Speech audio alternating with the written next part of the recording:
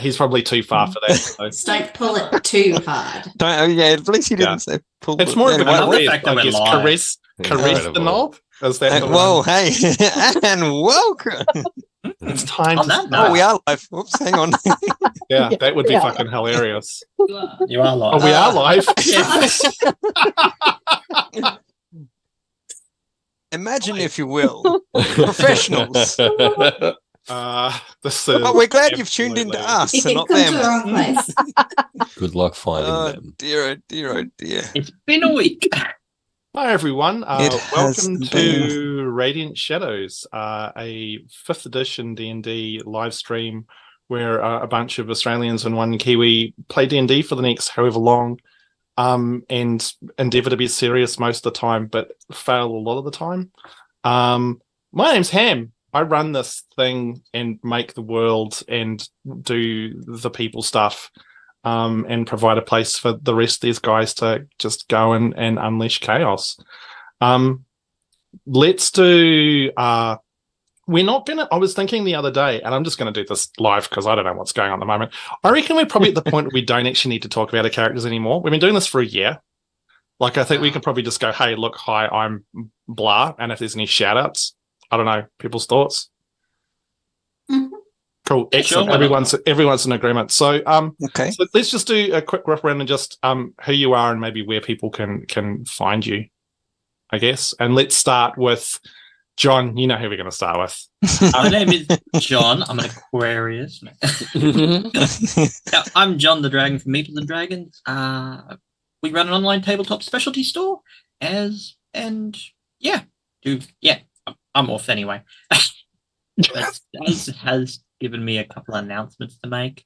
Dice advent calendars are almost all sold out, Oh, okay. and we start shipping them on Friday. Holy shit. Okay. So, if you are after one, get in quick. They're literally all gone. Bigger, better, boxier. They're awesome. Pretty much, yeah. But Absolutely. there is also something pretty sweet in the works. Ooh. And we're about to give you a bit of a tease. So, Ooh. Sarah, can you hit play? Oh, I should have. Oh my God, I haven't got Twitch open. I can't see what's going on. Oh, God. Man. Wait, I won't have audio for this. But... I need to mute myself. Yeah, you don't have to ask me. You just go. I was waiting for Aw.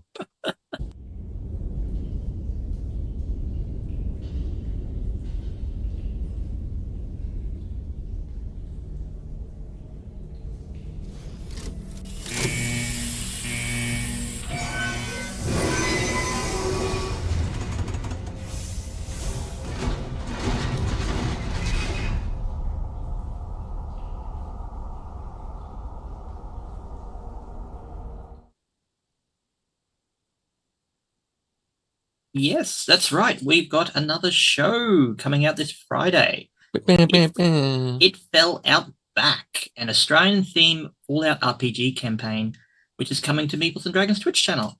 It starts That's Friday. fucking awesome. That little trailer was, oh my God. Yeah, that was so Sarah's cool. been upping her game, you see. Wow. But keep an eye on it on the socials for the cast reveals. So, yeah. Awesome. Excellent. Look, tough act to follow, but I know that Cass is all set. So But that'll be every Friday, the off week to Radiant Shadows. awesome. Excellent. Cass. Hi, I'm Cass. I have no shout outs.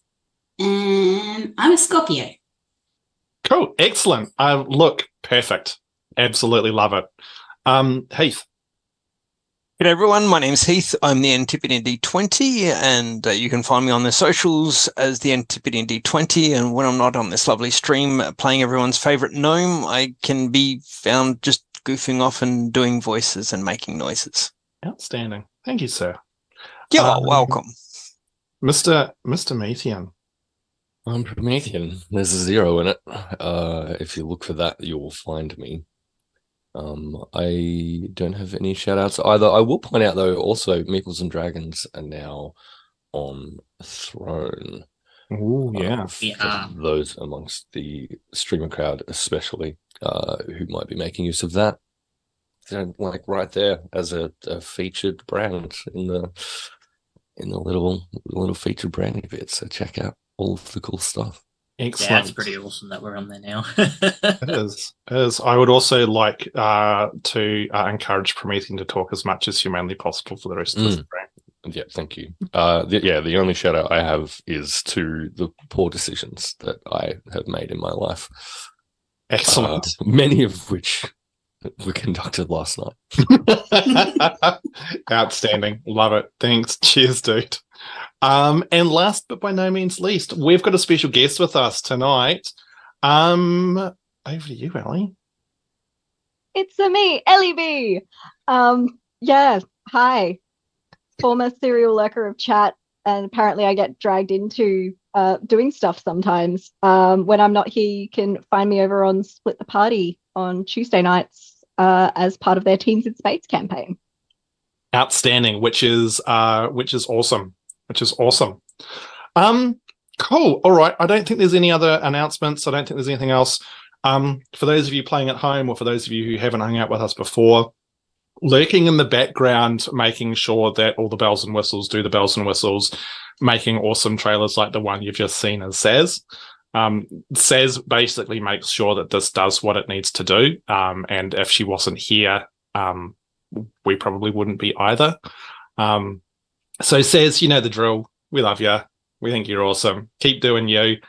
And I think with that, let's dive into a quick summary of the last session, because it's been a while. In fact, it's been more than a month. I think it's been 6 weeks, since the last session, because we had a special one-off, then we had the Halloween session. And now, so all right, a quick refresher. Cue the harp music. Yeah. Where last we left off, our adventurers, they were on the edge of the Baganaran swamp, preparing to make their way through it as they headed towards the gem mines up in the Ballabin Gorge. The night did not pass uneventfully, however, with Rowan, our ever-vanishing halfling, disappearing once again, and the strange orc wizard Gurlak reappearing. More prepared this time, the party peppered him with questions, and it was Tiernan who came away the most surprised. Gurlak divulged that where he was from, Tiernan's homeland of Shardfall was now part of the Rindarian Empire, having fallen hundreds of years ago, and the borders between it and the Kingdom of Darador, something that, as far as the party is aware, no longer exists and is actually known as the Rivenlands, were at a point of constant conflict.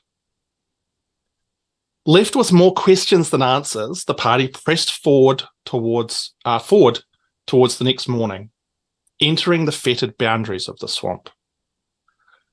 Despite the unpleasant natures of the land around them, their travels were mostly uneventful until they came across a strange and withered old woman in a small boat, aimlessly floating through the waters of the swamp. Things took a sharp turn, however, as our heroes were noticed by her, and after her unpleasant demands, a battle broke out. Beset by swarms of insects and discovering that the hag was in fact riding on the back of a giant snapping turtle, the party fought bravely, finally managing to drive her off, but unfortunately being unable to kill her before she slipped away into the putrid waters of the swamp. It did not go unnoticed to Tiernan through the course of the fight that Gurlak had in his possession a piece of the shard, an item that was prohibited by anyone outside of the shard folk themselves, creating more questions. Eager to be through these dangerous lands, the group pressed on, foregoing rest, and in the early hours of the next day, filthy and exhausted, they found themselves on the other side, facing the towering peaks of the Scimitar Mountains. As they took a moment to catch their breath, Gurlak vanished, replaced by someone else. what challenges lie ahead of our heroes now, and who will be joining them for the next leg of their journey. And with that, Ali, I'd like you to please introduce and describe your character for us. Okay. So in the place that Gurlak once was, you'll now see a much smaller person, a halfling, that you think you've seen before. Actually, you're almost certain you've seen this person before. She does look a little bit different than the last time you saw her, as her hair is now cut short in quite a drastic bob, with a scar on her cheek, and she's got a shield strapped to her back and a sword at her side. Very carefully and sort of eerily slowly, she looks up and glares at you all, and you find yourselves looking into the eyes of Rowan.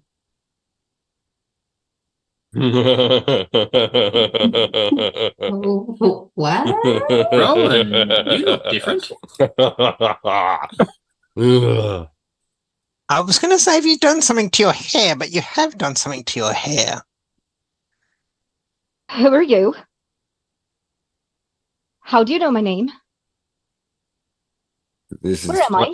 fine blade that you have at your side. She Uh, turn to Delgrim with that, though, and look absolutely horrified. You're not Rowan Boulderhill? I am. So you know us though. Yeah, we're your companions. We've been traveling for ages. No. You all left me. What are you all doing back here? How'd you get in? oh, Left you where? In Harrow. No. No. We went to River. What's the hometown again? What is last thing you remember in Harrow? I was helping Ori with the morning chores. You all left about 3-4 months ago. What are these chores? Sorry, but who are you? In Delgrim. I'm good friend with Rowan, but I suspect something strange is happening here. No. who amongst us do you recognize? I know you. And the tall one. And what are our names? You're Grumpfel. That's Tiernan. There's Miera. And you can't be here.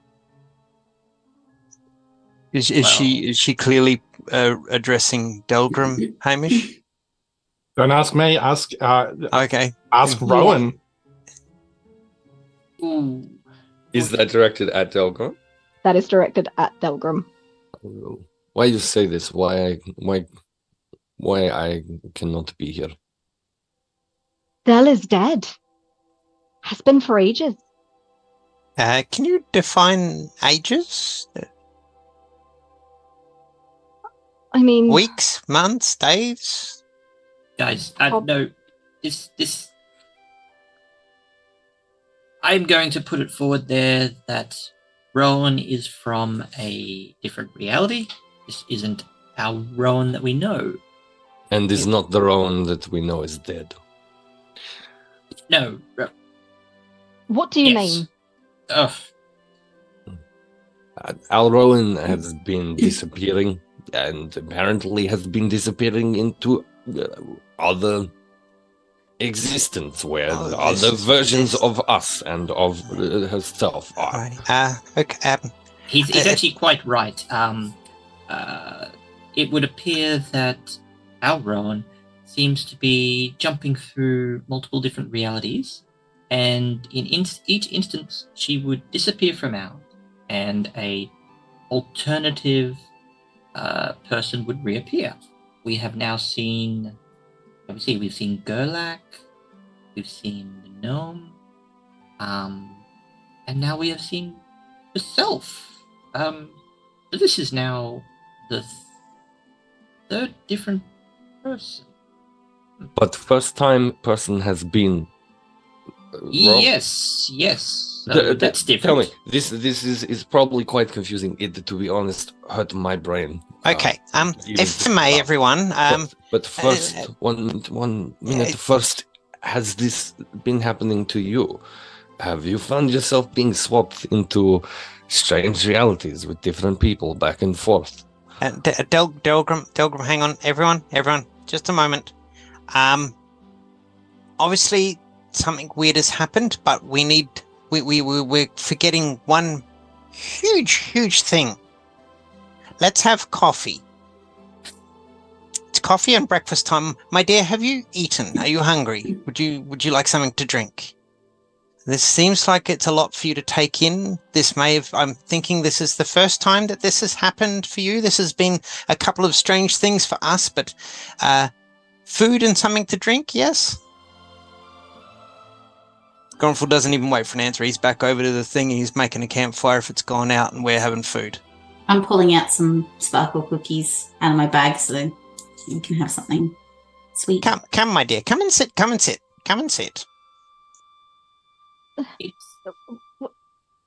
Why should I trust you? Why What not? you say Why sounds not? Insane. Did we do anything to make you not trust us before? I died apparently. I don't think that makes you untrustworthy, though. Well, here's a better question for Rowan. Is this the same location you were in previously? No. So clearly a phenomenon has appeared. We haven't dragged you over here. You haven't spontaneously jumped in. Basically spontaneously jumped. But look, this is not the first time we've experienced this. You will relocate back to your home after what's either a couple of hours or a day or two. But it's not a permanent thing. You will return to from whence you left. So it's at the moment nothing to be overly concerned about. So you may know our former selves in the other reality. We're not the same. We will have similar characteristics, but it seems to be that each version of events will be slightly different in one or two aspects. In your case, Delgrim apparently has died, and you live in Harrow. In our case, our Rowan left her hometown and grouped up with us in Greenfields, and we've been traveling ever since. After Harrow was set aflame. Well, that was only one building. And many people. Yes, but that wasn't our fault. Agreed. While this talking is going on, I just want to be looking at Rowan and just see if she's wearing the same ring. Cool. Want me to do perception check? I think it's I think it's probably pretty easy to spot unless there's any particular reason that Rowan would be trying to hide it. Does this all? Yes, it would be the same ring. Yeah. Okay. But how about we just sit down, enjoy some coffee? You're welcome to sparkle cookie, and until you get your bearings, and yeah, we're literally in the middle of nowhere at the moment, but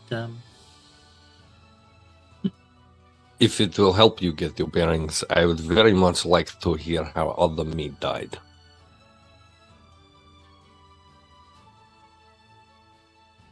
All right. And she's, I guess, gonna wander towards Grumpfel, who's preparing coffee, I assume. So just a very brief reminder that it is like very early in the morning here, just as just to help contextualize time frames. Dawn, pre-dawn, post-dawn. Just slightly post dawn, because you guys had pushed through the night to get through That's right. Yes, we did, didn't we? Yeah. So all the more reason for coffee and food. Mhm. I just had a cool idea. We could call Elibee's Rowan B. Good. So as Grumpfel is going about getting his coffee and organized, and Miera is dishing out the cookies, Rowan, I mean, what are you up to?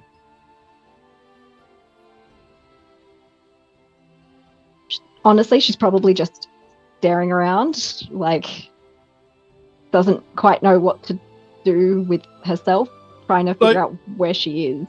So I would like you make a survival roll for me, please, for Rowan. Let's see. First roll of the evening.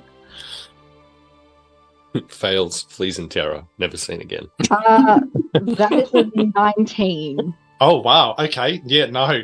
Apparently not. Excuse me. You've definitely never been to this part. Like nothing around you is familiar.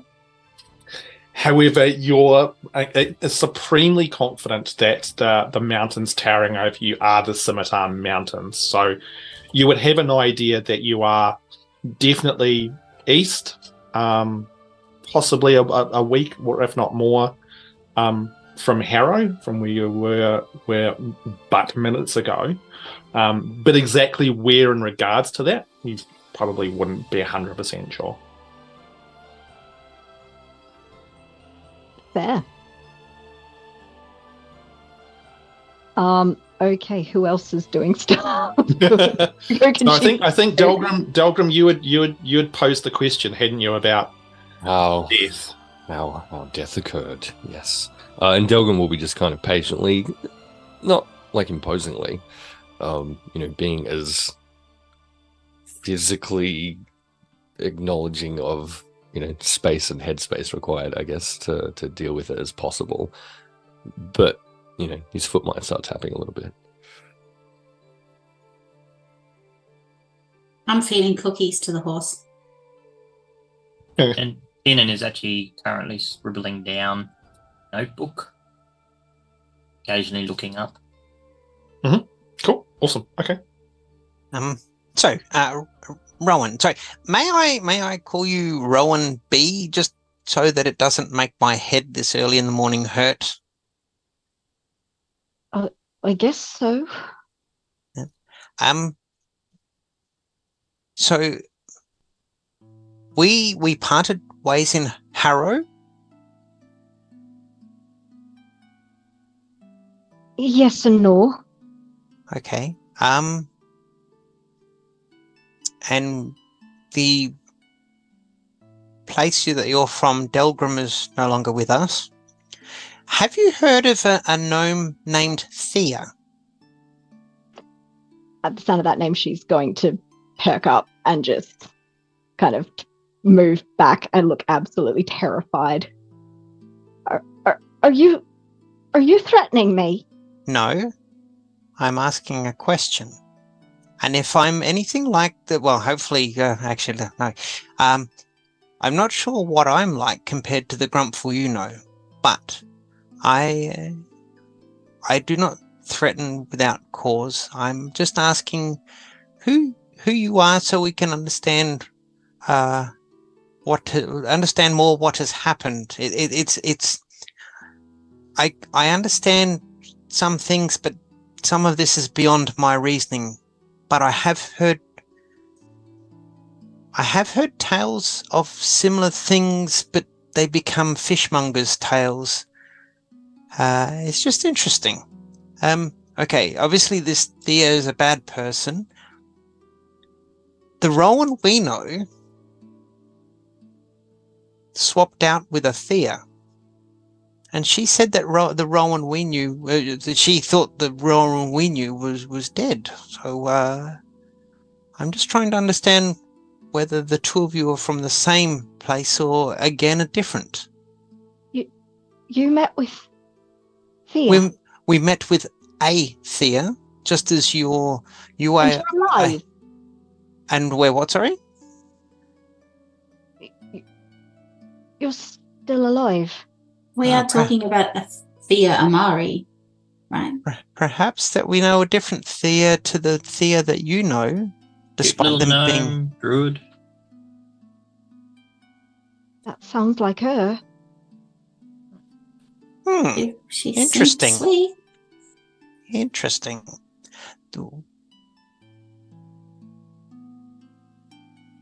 Are the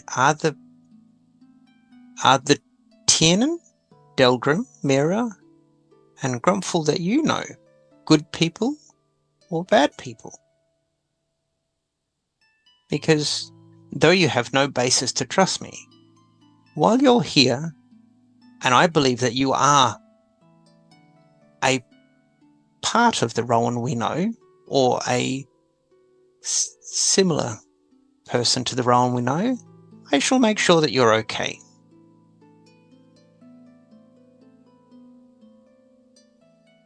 Now, would you like some coffee? If I'm going to answer questions, guess I'll need it.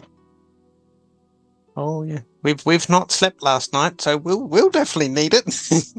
And it doesn't need to be an inquisition of any sorts, Ron. We're happy to provide any answers to any questions you may have. It's freely asked, freely given. Well, there's more of you than there is of me. True, but considering the last person who popped in claimed my entire nation had been enslaved, you're definitely a step up.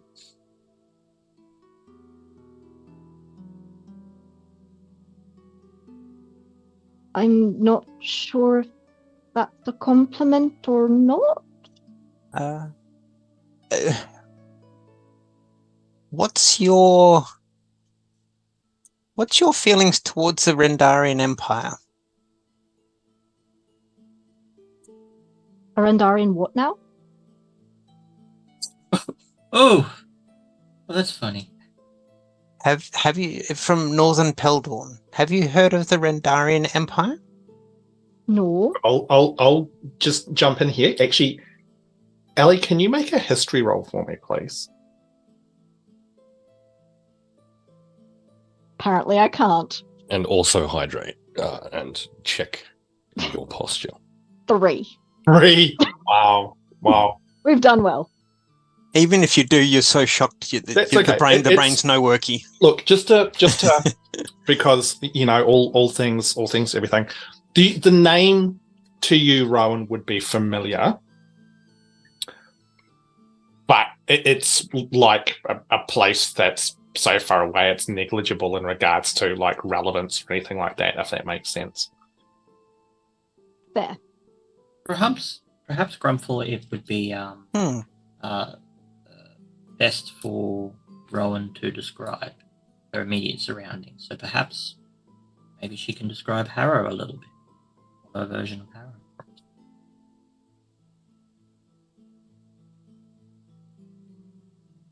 Grumpfel will start handing out coffee to everyone.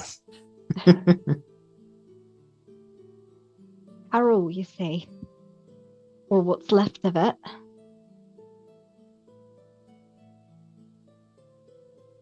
Left of it. Well, the theatre blew up.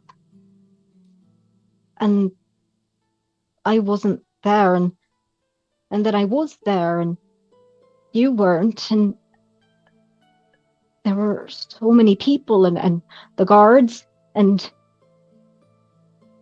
I managed to get to Ori, but I couldn't find you.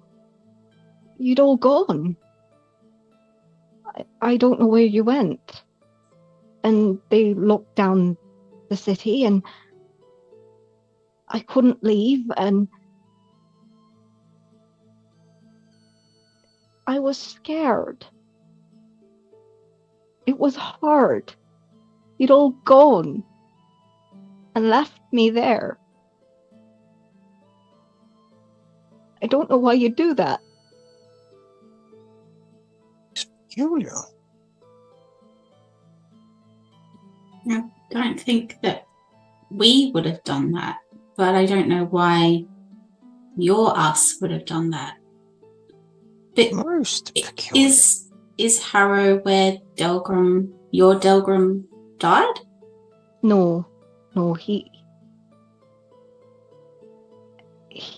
didn't make it out of the cave. Oh. Oh dear. What is this cave? Oh, wasn't that the one with the drugs? When we were That going underneath to the find... With that creature. I'm not asking any of you from our world and our universe. I'm just trying to draw it if it's the same cave that we went to find Lestwell. I'm asking other Rowan. Tell me of this cave. Well, we did find Lestwell, but Delgrim didn't come out of the cave with us. Are you saying that I couldn't save him?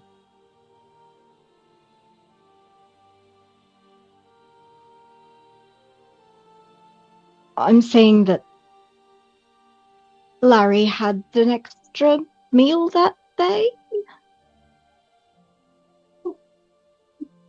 Sorry? Ooh. Larry? As in Greenfield's Larry? I The think someone fey called creature? someone called a debt Jew. It's neither here nor there. It's not me. I survive cave. I not leave our Rowan in Harrow to be locked down and stuck. I appear to be superior Delgrim in every way. Wait a minute. Wait a minute.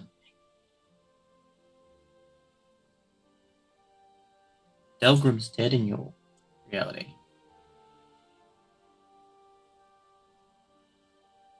Rowan is dead in Thea's reality. What We if don't- I was dead in Gurlak's reality?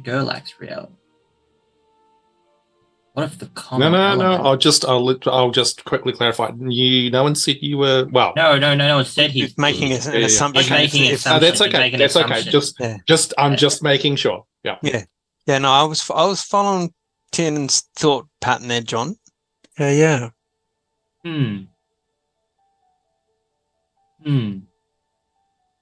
That's something we should explore at a future I date. would rather not. I'm the only one left that has all of me. I think. I need more coffee. Tiernan's literally lost in thought and scribbling a couple of notes.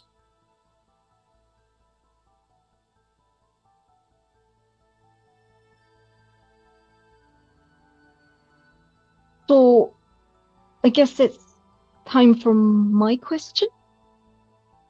Please. Where am I? You're on a That's a nice- cartographer. You're on a cartographer's trip. No kidding. East of what's that? What was that town we were just in? So we are east of Barleyburg, which is east of Fort Callan, which is east of Harrow. Over near the that's the Scimitar Mountains, like right there. Between Ballabin and Cragslate. Oh, okay. So close to home, but not at home. Understood. In this world, where our Rowan is still with us and not stuck in Harrow, we left Riverview, so there is civil war. There is many bad things brewing currently here. We left so as not to make that worse for people there. So you didn't get caught up in the war? Has the war started here? It may be. If it has, we're not in position to know. We sort of got at our dodge before we got dragged in. What war are you referring to? We're talking about a small civil, a small civil unrest in Harrow. Are you talking about something greater than that, a larger scale, or civil unrest at a local city level? Because that's what we've experienced at Harrow.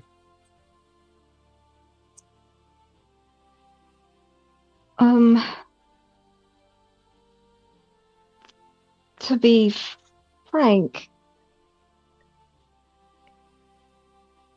I'd say it's a proper civil war now.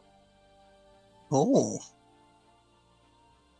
Harrow's still the center, but yeah.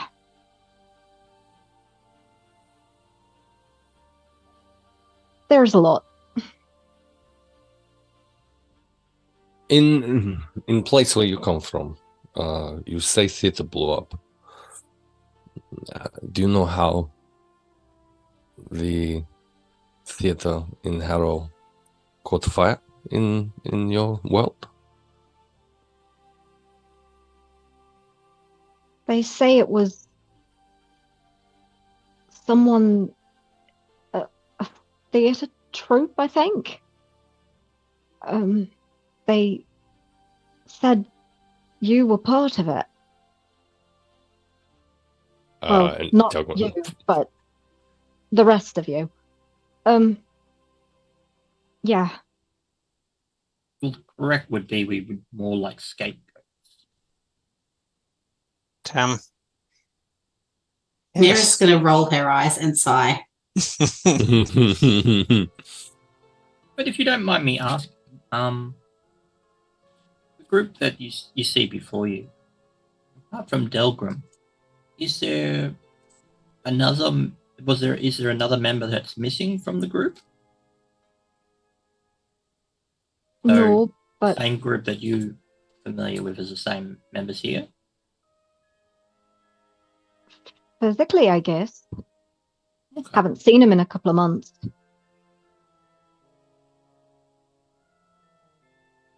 I'm going to push the sparkle cookie towards you, Rowan B, because I am just dying to find out if you've had a sparkle cookie before, and if the other Miera is a better cook than I am. Hashtag all the important details. Yeah. How is that baking skills? Civil War, don't worry about that. Delgrim dead, who cares? Have some sugar. Oh, is this a sparkle cookie? It is. Does it have glow moss on it though? There's no glow moss.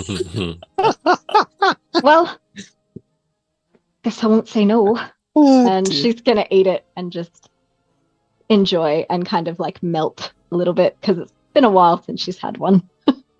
Better or worse than your Miera's sparkle cookies? Oh, well, it's been a while, but maybe. Oh, it's difficult. Maybe this one's a little better? Perfect. Thank you. You've made my day. Okay. Rowan B gets back to her reality, gets stabbed by Miera B. Grumpfel B's like, I don't care. Chicken. Yeah. Oh God, what have we done? Yeah. What? Wait, does Rowan B have a monocle, the pencil thin moustache, and can we hear the piano playing in the background? No. This information just means that Miera doesn't have to travel to an alternate reality to get rid of another Miera. There can be only one cookie maker. Wow. So, with this situation before you, are there any more questions that are wanting to be asked of your newest old friend? Mm-hmm. So many, but I don't think Delgrim's going to pester Rowan B then too much more at that point. He'll just sip down the rest of his coffee. Now we push through the night, so I dare say we need to find a proper camp and do a long rest. Otherwise, we are going to be. I think there's a couple of you who already have a point of exhaustion. If my memory functions at all. I don't think Grumpfel did, because I would have noted that No, down. I know Delgrim did. Absolutely because do. Delgrim's dice hate him. I thought we'd already stopped because you were making coffee. You need a fire for that? Yeah, but like he would have just got one going rather than let's sit down and long rest here sort of fire. So the question is, are you guys now going to take a long rest, or are you going to continue pushing on? What's the area like? Is it still too swampy enough that we could have the hag come up on us, or are we you we're guys far enough away from? Yeah, you guys are well enough. Like there's still that smell, that swamp odor. It also potentially could be from at least a couple of you, because a couple of you were in the muck. But yeah, the ground's firm enough for you to be able to set up camp properly. Yeah.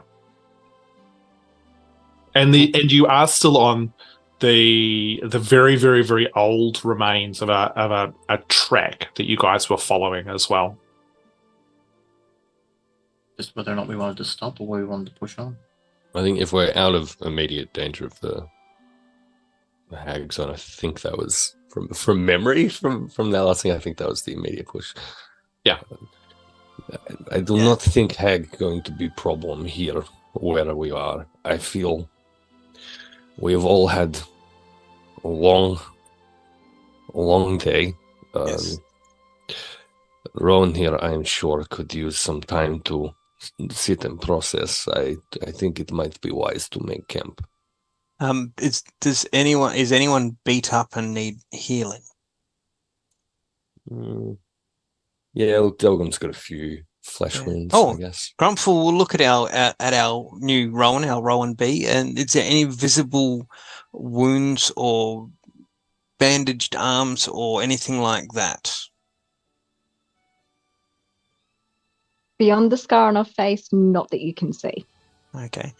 My dear, do you require any healing, any help, any ails, aches, pains, or other than what I can only think of as a headache of of where, what, for, and why? No, I'm fine. Okay. Miera, need any assistance? Tiernan, any assistance? Oh, I'm quite all right, Grumpfel. I'm fine, Nice. thank you. All right. Delgrim. How does our Delgrim look? Is he on a scale of 1 to 32 or whatever it is? Cool. Just to remember as well that if you take a long rest, you will get all of your hit points back. Correct. So Really, all of them? Yeah. Like even if you're down to 1 hit point, they all come back in a long rest. Magic. Wow. Yeah. Okay, what's Yeah. Grumpfel doing Powerful here? force. Yeah. Yeah. Remembering, of course, the mysticism that is hit points and all of the stuff that sits behind it, which we won't delve into because that's a separate conversation. But yes, just remember, it's a short rest where regaining hit points isn't just an auto thing. Oh, okay. Yeah. Okay. No long resting? Sounds that way. We're clicking the long rest button then. You are clicking the long rest button. Be conscious of hit points and stuff like that. Just make sure that they don't do any kind of thing that's wacky and weird. So you guys settle in for a long rest. It is a slightly overcast day, but as the sun rises higher in the sky, you take this time. The clouds begin to clear a little bit more. It's quite pleasant. Is there anything anyone's wanting to do? Because a long rest is 8 hours. Is there anything in particular people are wanting to do or discuss over that period of time? And happy to potentially paraphrase a few things to just try and keep things chugging along. But I'd be curious to see what Blinky is actually doing, considering we have another Rowan here. Blinky, Blinky's file 404. He's He's the blink screen of death. Blinky is just upside down on the ground. No, Blinky, and I thank you for raising that, John.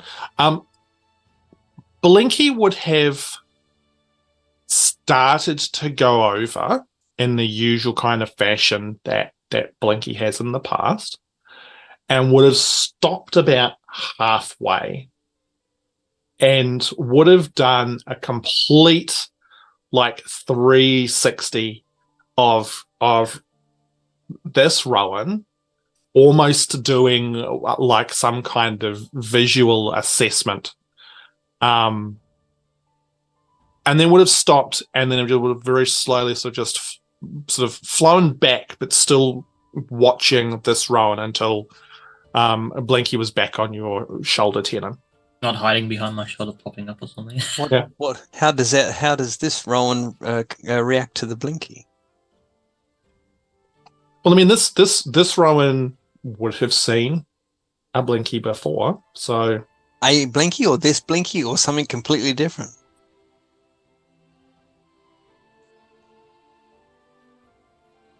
How does Rowan react to this, Ali, in any particular fashion, or?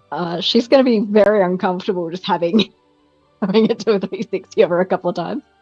But beyond that, no real major reaction. Just kind of like what is this thing? Yeah. I've seen it before. Why is it doing this? Yeah. All right. So, are there any questions that you guys would like to ask? Or anything in particular that you're wanting to do over the next 8 hours as you guys take this long rest? Tina would probably propose a designation for all these various different realities, naturally assuming that the current reality would have to be origin point, and suggests that they go by a numerical system. So Gurlak's would be 0001. Thea's would be 0002, and Rowan B would be 0003 for now until they can sort of determine how many different variants there are. Delgrim will demonstrate weirdly much more intelligence than he actually has, and just point out very quickly, you'll have no actual way of knowing if these are from same reality. Would it not be smarter to use designations for individuals we have met who are not from our own reality, and then maybe use those same numerical designations for their reality once facts of their realities are known? Do you have think about that? I am going to imagine fighting myself or saving myself from death while I have some rest. Where do you think you would... That would be interesting, to actually confront one's own self. The I think answer, we get along. the answer of who would win in such fight seems to have already been answered. If other Delgrim not make it out alive from cave, I made it out alive from cave. Presumably, You are the superior Delgrim? I am superior Delgrim. Delgrim Prime. Thus reaffirming that we are the origin point, or the prime state. Yeah. Yeah, that fills me with sadness that the Grumpfel, wasn't able to save the Delgrim that you knew. Look, that Delgrim probably got himself in a situation he should not have been in. Oh, I am curious, Rowan. Did you kill the drug dealer in your reality? Drug runner, I should say. Peridin? No, Colbin? not the Lordling. The who's that Colbin? fellow that Colbin? Yes. Mhm. You guys didn't want me to shoot. No, I don't think we did. Shame. I don't think it was a case of we didn't want you to shoot him necessarily, as maybe just not shooting someone in the back as they're fleeing. Seemed awfully guilty, and I wasn't going to shoot him in the back. I was going to shoot him in the leg. Was his back turned to you? Never mind. Anyway, Okay. Any other questions? Anything else you guys are wanting to do over the period of this short rest? Grumpfel will. Do you want a nature or survival check? He's going to forage for any sort of anything that will help or be useful or what have you. Just Make a survival check for me, please. alrighty, here we go. Oh, that's rubbish. 11. Yeah, it's you spend some time sort of trying not to go too far off foraging in the local area. I spent Still some probably time familiarizing myself with the word sparse. So probably too close to the swamp still for anything particularly sort of edible to grow. That's right. Although you also do recognize that you're not too far off from the river that cuts through Ballabin's Gorge as well. Too close to the swamp to find anything edible if you're a coward. Is this still all swampy and earthen? Is any rock starting to protrude through? There'd be a few rocks here and there, yeah. Like the ground's certainly starting to firm up from here, but it's still, still a little bit squishy and swampy in places. Right. It's that sort of transitional state. Yeah. Okay. So, just double checking, Rowan, anything that you're wanting to do in particular or anything that, I mean, she'd probably still want to, like where they've made camp, she'll want to kind of walk around to make sure it is safe for her. Mhm. But she'd probably also want to gain, I guess, some insight on everyone else just to make sure they're safe for her. So, Okay. yeah. Any particular way that you want to sort of go about doing that, or is that more just sort of watching their interactions and that sort of stuff? Yeah, probably just watching their reactions and interactions with each other as they're going about their chores and whatnot.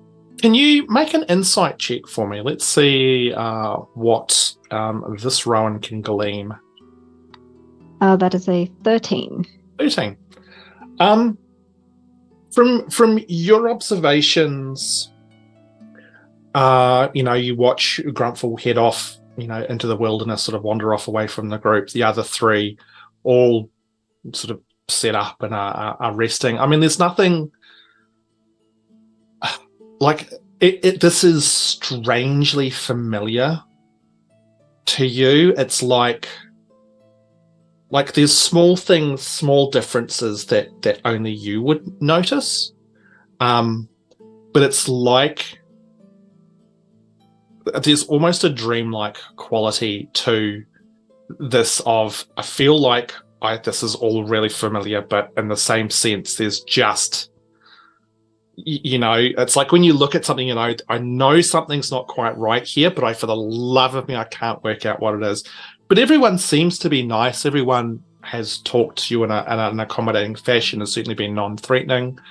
Yeah. Good. Yeah. Then I guess she'll find somewhere to sit herself down and process. Okay. Cool. So, the 8 hours passes uneventfully, and you guys now find yourself probably still sort of mid-morning, mid to late morning, probably actually, or even around lunchtime, because I'm just apparently don't know how time works. So you've still got at least half a day of which you guys could travel before it would start to get dark. Wouldn't it put us mid-afternoon if it's an 8-hour rest? Probably early afternoon. So we would have been looking like sort of 5 or 6-ish. So yeah. Like I said, a time as I don't know. Apparently, I can't. Wibbly wobbly, timey-wimey stuff. Yeah. And based on the map and what we know so far, is that enough time for us to make it to Cragslate before nightfall? Based on the map, hard to tell. Yeah. Like if you were to trace like a straight line on the map, possibly. But also you kind of don't know what the terrain is that you're heading into as well. Yeah. Look, if we push, we may make it to Cragslate before the nightfall. If not, we camp for night before we reach there. But I think and Delgrim will have collected all of his things at this stage. Then I think I'm ready to push on if we are all willing to do so. New Rowan, if you disappear, is there anything you'd like to ask as before we head off? Now you've had some time to think. Well,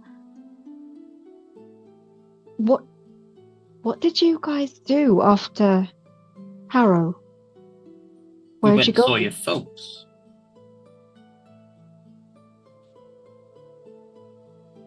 Mandar.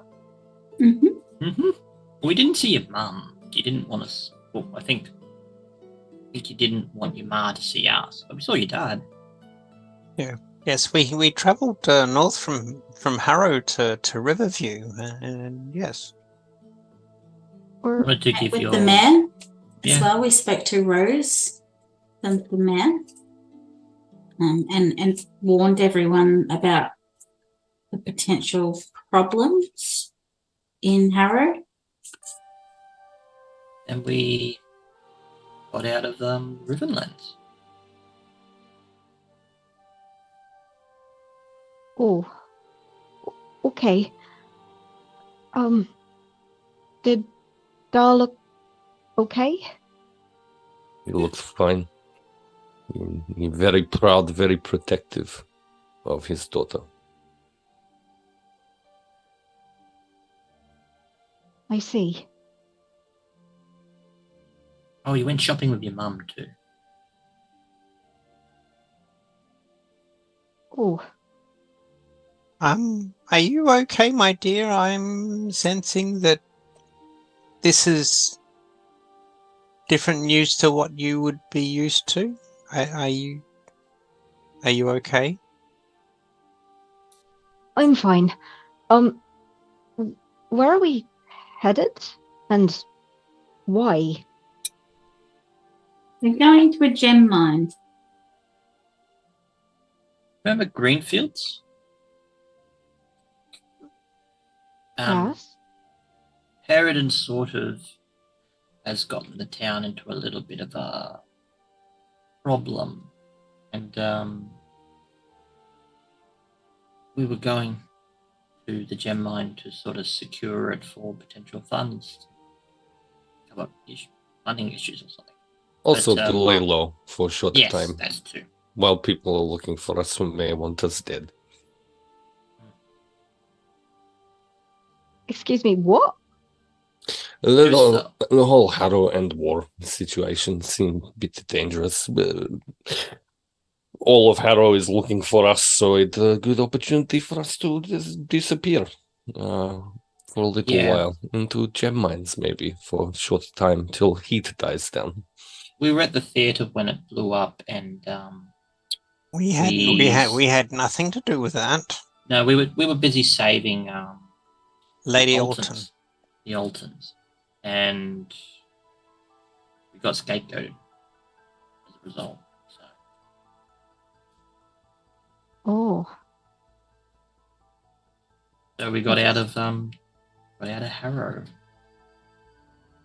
but you were with us. You left with us. No, well, the Rowan we know was with us. We didn't leave her behind. Yep.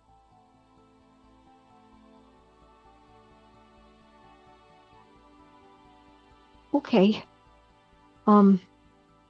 Yes, the myself and Miera and the Rowan that we know had gone to the Alton's residence. They didn't know that the Rowan we know was with us.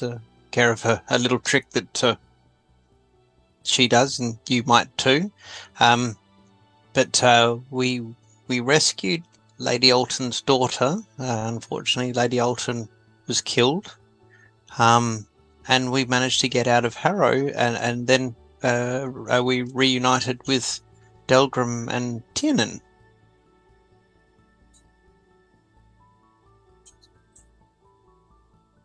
Okay. That's a lot. I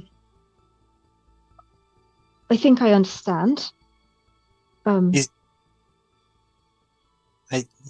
you okay, my dear?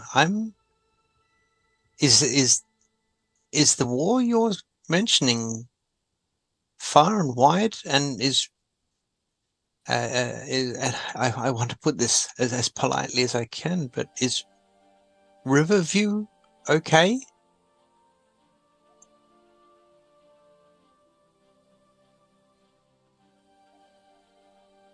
Riverview's fine. I guess. I wouldn't know. Haven't been there for a while.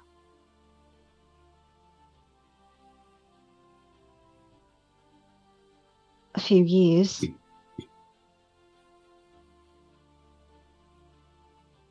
So you've been living with Ori in the rat's nest in Harrow for the past few years? No. I was in Greenfield and met up with you, and we started an adventure, and then Harrow happened, and I think I understand what happened with your Rowan. That happened to me. What exactly happened to you? I don't know. But when I came to, I was in the theatre. Or what was left of it.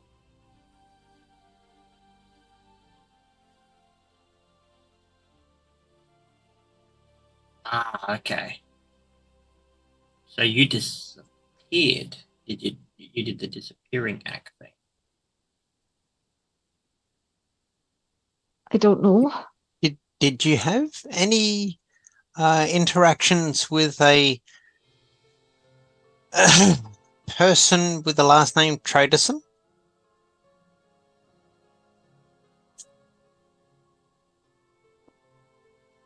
No. I don't know that person. Okay. All right.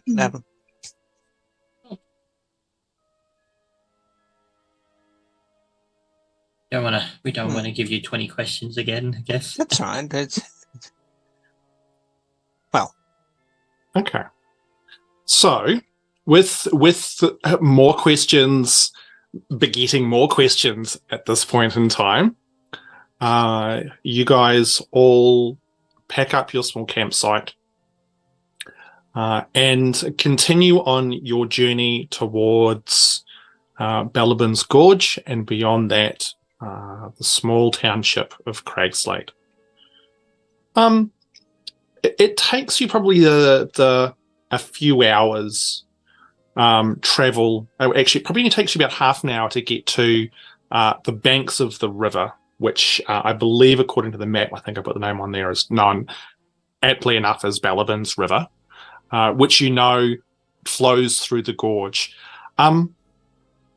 It is quite wide and quite rapid, flowing away from the mountains.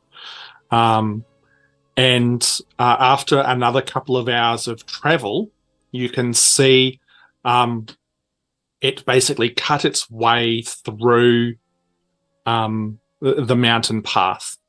But what you discover as you get to the edge of the gorge, up ahead, the small trail that you've been following ends in a very unique setup. There's a large sort of shaded platform, wooden platform, overgrown with vines and plants and weeds. You can see on there what appears to be a few crates, maybe barrels. You can see wreckage. A lot of it appears to be broken at this point in time, but also the majority of it has been reclaimed by nature. This entire place is overgrown. But more interestingly, you can see going from this platform up into the gorge, a massive piece of rope cabling heading upwards, and you can see these quite elaborate wooden structures coming out of one of the walls of the gorge, supporting this enormous rope.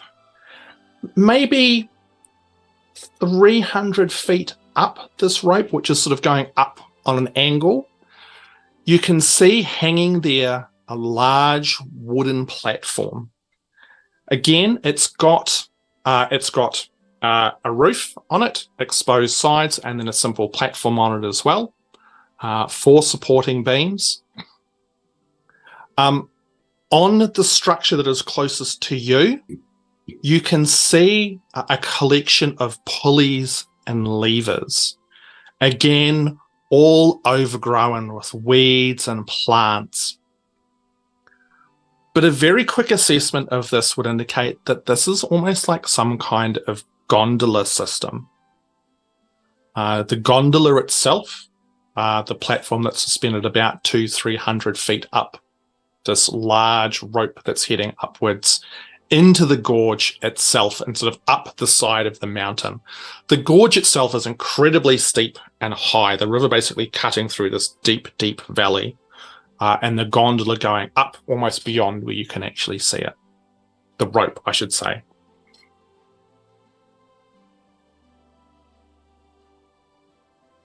So the gondola system effectively provides this platform up over this raging river where you could maybe make your way through the gorge itself, but the banks on either side of the river are incredibly narrow and predominantly large jutting rocks. That all look perfectly safe. I can't wait to use that to explore up there. Does it look like it would hold the weight of a pony or a mule? Mule. A mule. It's make a perception check for me, please. I mean, either way, we're giving it a try. Tiernan would like to do a thorough investigation of this gondola, using his knowledge on systems and engineering sort of ideas to try to, as well as use Blinky to help do a scan to make sure it is structurally sound as much as possible. Okay. 14. Mine was spotted. Also sending Blinky up a little bit just to check the cable. Okay, sure thing. All right, so Mary, you rolled 14. Tiernan, can you make an investigation check for me, please? Whilst you do that, Miera, it's so far away, often scale can be one of those things where it can be hard to gauge, but it looks like the gondola itself is actually quite large. Based on its size, it would easily hold the entire group, plus your mule, plus probably a number of like crates and barrels and stuff. It seems like this is some sort of significant transport system up to something that awaits at the top. Did we end up naming the mule? Yeah, it's mule. I thought the mule was called Dog. Was it dog? I thought it was Yeah, mule. I thought you guys called the mule Dog because... Oh, dog it is. Yeah, because why just... Why not? Yeah. I know. John, what was your investigation check? 15. 15. Okay. So from where you are, if you're wanting to investigate the gondola itself, sending Blinky up, you would be able to ascertain with a 15 that the rope itself appears to be okay. Again, you can see that there's a moss that's been gathered on it. You would be able to ascertain with the help of Blinky that it appears that this is basically a massive sort of winch system, which winches the gondola up and back. There is a mechanism on the gondola itself at which would appear to enable the maneuvering of it. You would also... Yep. Yeah. Okay. You would also see that on the platform at the base where you guys are currently standing, that there is also another mechanism, but you'd need to have a bit more of a look at it to sort of understand how it all kind of functions. Would I be concerned about the moss on the cable? So was that a question or? Yeah, would What I type be of moss is it? Would you be concerned with the 15? Look, it is a significantly, like it's a very, very thick rope. The amount of moss on it, look, it's probably okay, but it would be hard to tell. You could get in closer at the base though to have probably better chance of getting a good understanding. Okay. Well, I'll note the moss for now, and I'll have a look at the unless anyone else wants to do anything, would like to look at the other device or the other thing you were mentioning. Is anybody else wanting to do anything whilst Tiernan is going about investigating all of this stuff? Delgrim will patiently wait for Tiernan to have done all of that investigating, and then will himself investigate it also. And just for your own information, the way Tiernan is actually checking this thing is he's literally coming over and tapping the sides of each of the corners to make sure everything isn't rickety and everything structurally as sound as physically possible. Cool. Okay. So what I would like you to do is Tiernan, make your investigation check. Delgrim, make your post-investigation check. Tiernan, what did you get? Finally got over 20. Okay. 21. Okay. Delgrim, what did you get? It's annoying that it's lower than that. 17. Okay. 17 is that all? Oh. Okay. So Tiernan, you do a thorough investigation of the mechanism at the bottom. At the conclusion of the investigation, you are quite impressed with what has been done here. It is a very, very clever system that has been set up. The problem is that due to quite possibly how long this has sat here unkept, it looks like there is some damage that has been done. I mean, beyond just the fact that there's weeds and vines tangled through cogs. You know, you've tried a couple of levers just to see if anything will work, and a couple of them are jammed and stuck. You think you could probably get it going, but it would take at least sort of 3 or 4 hours worth of solid work. and there'll be no guarantees that at the conclusion of that, the whole thing would be functioning again. Delgrim, you have never seen anything like this before. Like, this is very, very clever. But you would also be able to ascertain that in its current state, it's busted. It's not going to work. And that significant repairs are required if there's even a chance to get this thing working again. Cool. At which point, then I guess Delgrim's attention will turn more so towards the town, because it's a ghost town, right? Like it's there is no town here. All there is simply just this wooden platform. Gotcha. That connects the gondola up into the gorge, up into basically somewhere high up in the mountains. Okay. Well, guys, the mechanism appears to be somewhat busted, but I'm reasonably confident I could get it up and running again. But it would take me a few hours. Hey, Hamish, Yep. So you got the mechanism, you've got the rope. There's obviously another mechanism or something that it connects to up there. Mm-hmm. No other even like lean-to buildings around or anything like that. It's just basically mechanism rope. So this whole mechanism is in this lean-to building, which is it's open with a roof which is probably half busted and stuff now. Like there's the broken crates and barrels and just overgrown. So I was just going to ask if there was any sort of detritus of civilization around. I was just going to definitively, like this is it's very obvious that this has been set up to transport goods up and down the gorge, and then for people to unload not insignificant amounts of materials. Right. Probably to head off. While Tiernan was looking at this, how long did Tiernan take to look at this thing? It'll probably take 10, like 20? 10, 15 minutes to make 15. a good assessment, at least. Grumpfel will then sort of fossick around in the building and outside the building for any signs, coins, anything like that, just to sort of tell, say who was here last or who used it the most. If there's any sort of, if they're human coins, dwarven coins, gnomish coins, that sort of thing. Just signs of civilization and who and what. Yep, cool. So whilst you're doing that, what are Rowan and Miera doing? Because everyone else is kind of doing bits and pieces while this is going on. Is there anything you guys in particular are doing? Well, I was basically looking at the.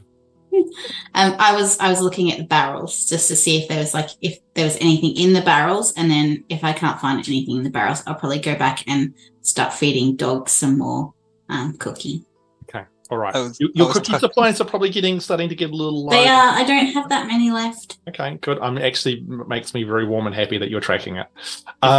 Hamish, if I do see the two of Grumpfel and Miera looking over various barrels, I'd probably just shout out, considering seeing this mechanism, just to keep an eye out for spare parts. Yep. And the like. Yep. Okay. Rowan, anything in particular that you're doing? Rowan is still probably very much like, this is not where I meant to be. So she's probably just decided to stay with the mule. Okay. So Ruby slippers on and clicking heels together.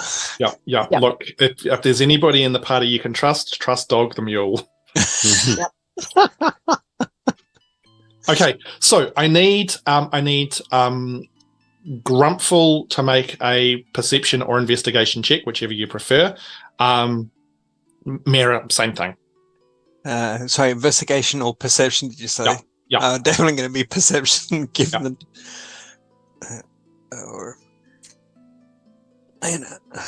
21. 21, nice. What was that, perception or investigation? Yeah, investigation. Okay, cool. God, look at you guys rolling high. Oh, And Grumpfel? 17. 17. Okay.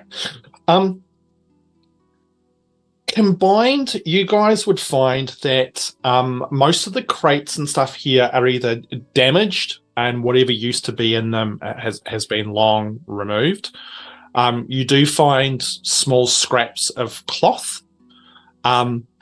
Miera, in one of the crates, you find sort of under some cloth, which is all moldy and musty, and the whole thing is just covered in weeds. You sort of scramble through it. You find what appears to be sort of a medium-sized iron ingot, but just the single one. Everything else that you guys find amongst all of that, with both of those rolls, these have been here for an incredibly long time, and anything that was in them that was perishable has long since perished, or the ground around it has reclaimed it. Well, I would grab that ingot and I'll take it straight to Tiernan. Yeah. I just like hold it out and say, "Will this help?" Tiernan's literally moving and playing around with things. He literally looks up, and looks at the ingot. What's the metal? It's iron. Iron. Yeah. Untreated Sure. iron? No, treated like it's actually quite high quality. Like you've got to kind of wipe a whole bunch of shit off it and stuff like that. But yeah, it's a high quality iron ingot. The sort of thing that would be, sent off to a blacksmith to be used to be forged into stuff. Does I'll Grumpfel use see this? prestidigitation just to kind of clean it up so it's Okay. looking Excellent. shiny. Does Grumpfel Yeah. see this before the prestidigitation? Up to you Yeah. guys. I that- just wanted to see, is it tarnished? Is it rusted? If it's Not straight iron, is it anymore. No, No, was, I okay, mean, was it tarnished? Was it rusted? It would have been as tarnished and rusted as an ingot that has been lying around for a very long time would be. It's not going to be perfect or anything like that. And I'm not enough of a metal expert to go, well, based on the compositing of it, there is going to be a 90% rust factor. So I dare say if it was in an ingot form, it would be a high. yeah, exactly. high It's percentage high quality. alloy. Yeah. Yeah, but iron rusts. Yeah, it'd be In that case, it'd but be an alloy. The way it's been sort of like the probably one of the reasons why it's survived is because of it's for whatever reason it's been buried under stuff and there's probably some rust on it for sure. Like I said, I'm not a metal expert, so I bow to people who have got more knowledge, and we'll expand on the description as we go. So yeah, It's called Google. It's ancient. Like this is a very, very, very, very old iron ingot. So it's called Okay. Thieves then. Yeah.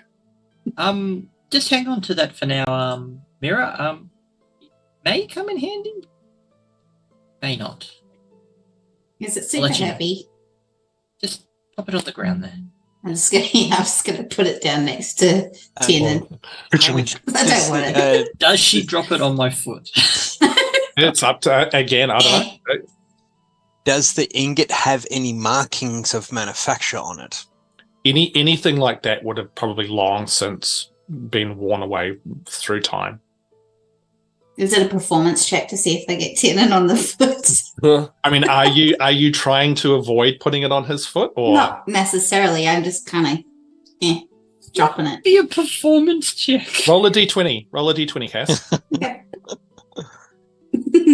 6. 6. Yeah. Look, it is uncomfortably close to the tip of your boot, Tiernan, as it thuds onto the ground, but no, it doesn't actually get your foot. And frowns at the ingot. Frowns at Miera. I'm He assuming smiles. she just smiles. Sorry. Okay. It's all right. Just shuffles his foot away from the ingot. Okay, so it is later in the afternoon. Tiernan, with the assessment that it will take not an insignificant amount of time to try and get this going without any guarantees of it actually working, what is the group's plan? Is there any other way up other than this? Is this just the cargo way, and there's a rickety stairwell or a path or anything like that? Make a survival roll for me. Map says their entire town between here and Gem Mine. Not certain that is where we want to go. 16. 16. You look at the gondola and stuff, and like the rock wall that this has been sort of built from. Like there's definitely no old rickety bridge or anything like that. Like someone with some climbing gear could potentially clamber up the rock face itself. And with the way it's the rope suspended from that, you could probably clamber up there and get across to where the gondola itself currently is. But there's nothing like there's no, stairs carved into the side. It appears to be that based on where this path goes and on the map, this was how one would get up towards where Cragslate is. Okay, so the path ends at this old building. There's no other path leading off. Doesn't bear off. That path goes just to here and stops. Yeah, okay. Yeah. Well, I guess we fix contraption and use it to continue.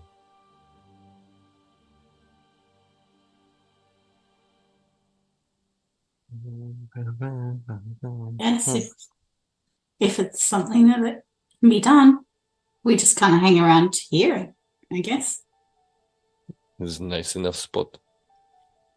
Wasn't it late afternoon? But yeah. So it's late afternoon. So like, if you started working now, you'd be working until sort of 9-10 at night. In which case, I'd turn Blinky into a work lamp with light. Have him sitting over the top of me.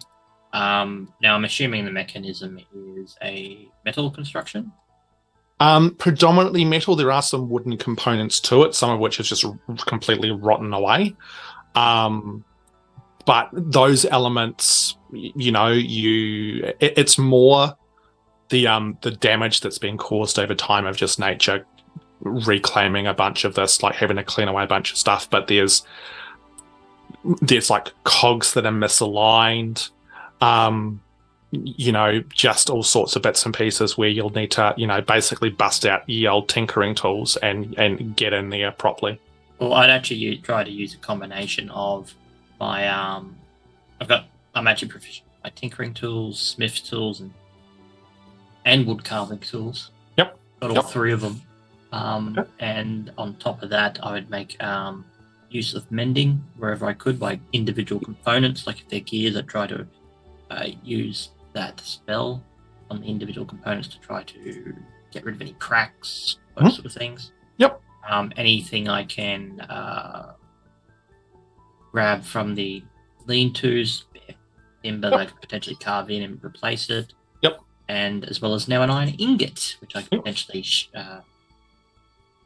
not necessarily just to hold forge. something down. Yeah. Really good paperweight. Yeah. Okay. So what I need you to do is roll a dice in a minute for me, but I'm going to tell you what you need to do for that. Whilst Tiernan is going through and doing these repairs, which is going to take you into sort of late-ish evening, what's the rest of the team's plan? Anything in particular? I would warn everyone, Tiernan is not being quiet at. Depending on what roles are needed, Grumpfel can try and help, but it may be just limited to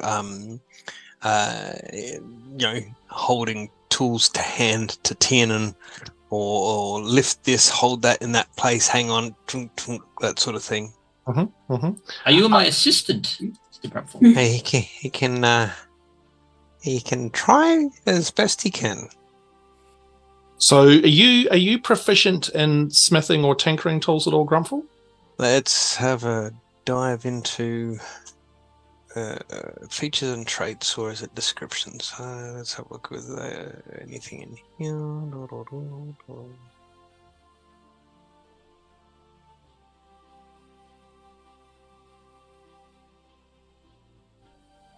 Should be under your tools list on the left. No. No? Okay. No. So you could help Tiernan in regards to providing tools, but probably not, due to the complexity of this task, probably not enough to actually give him the help, like get him advantage. That's cool. Because this is quite a complicated task once he's got into it.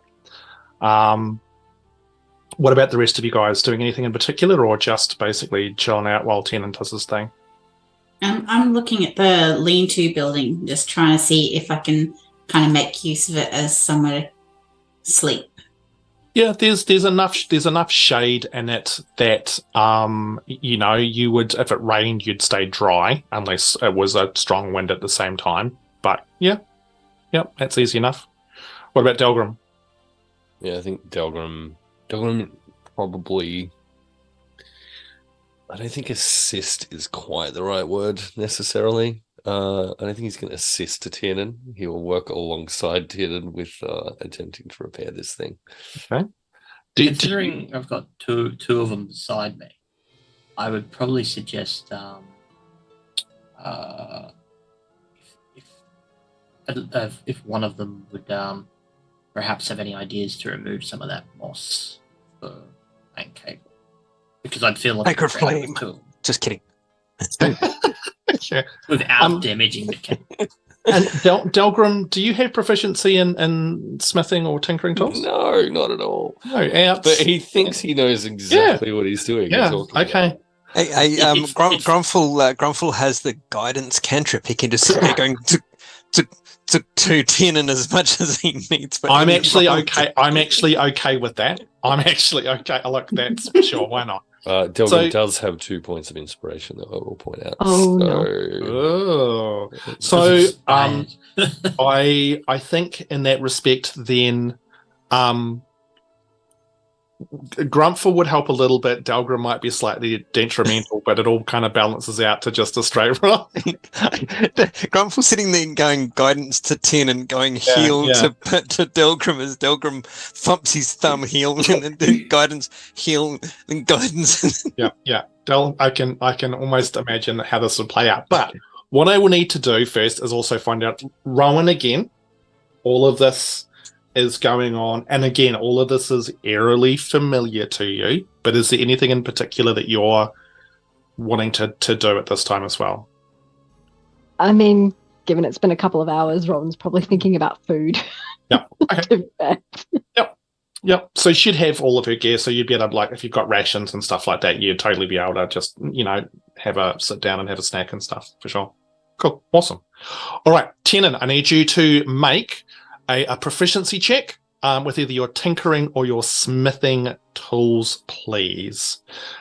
So it will be your proficiency bonus plus your intelligence bonus.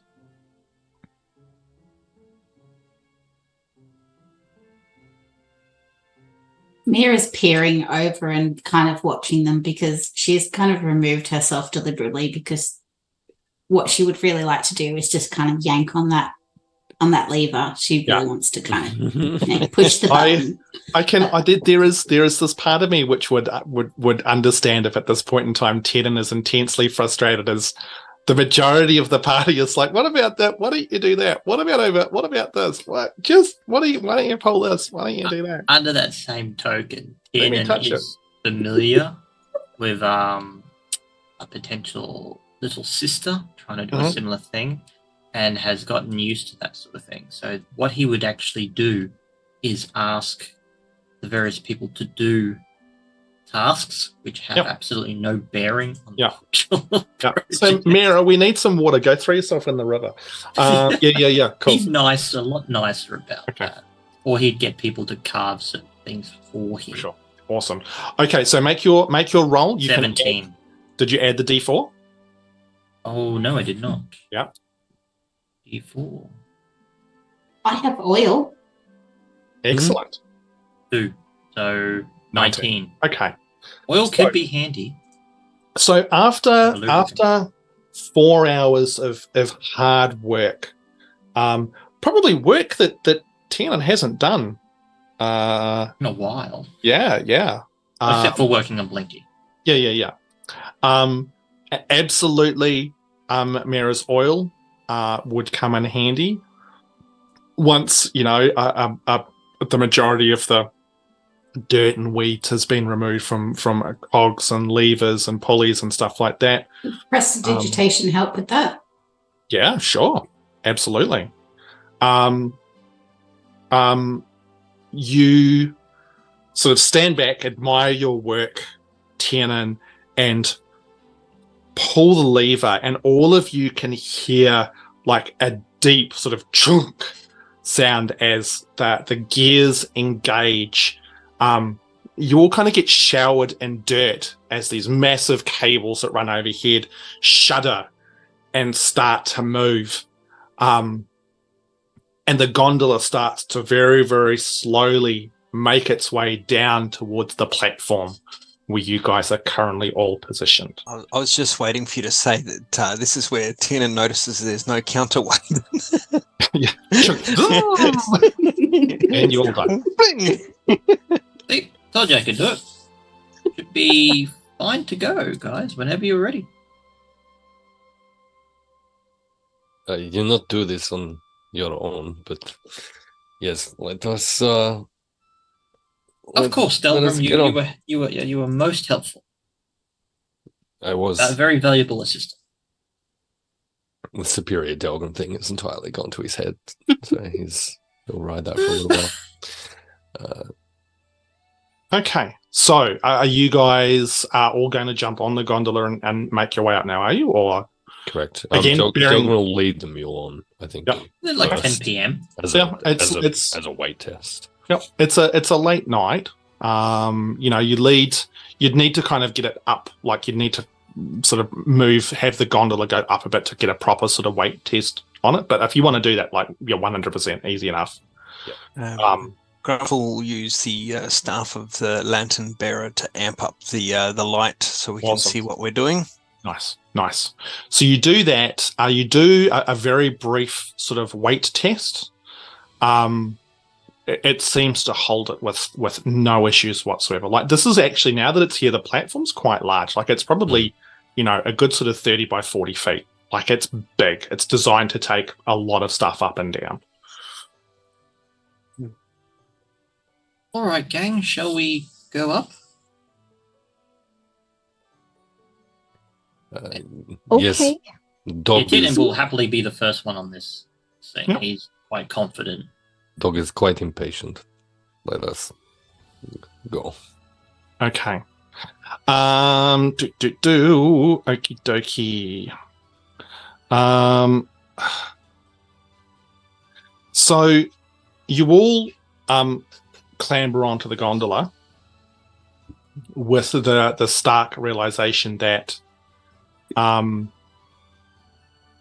there is now nobody actually at the mechanism at the base to get it to go.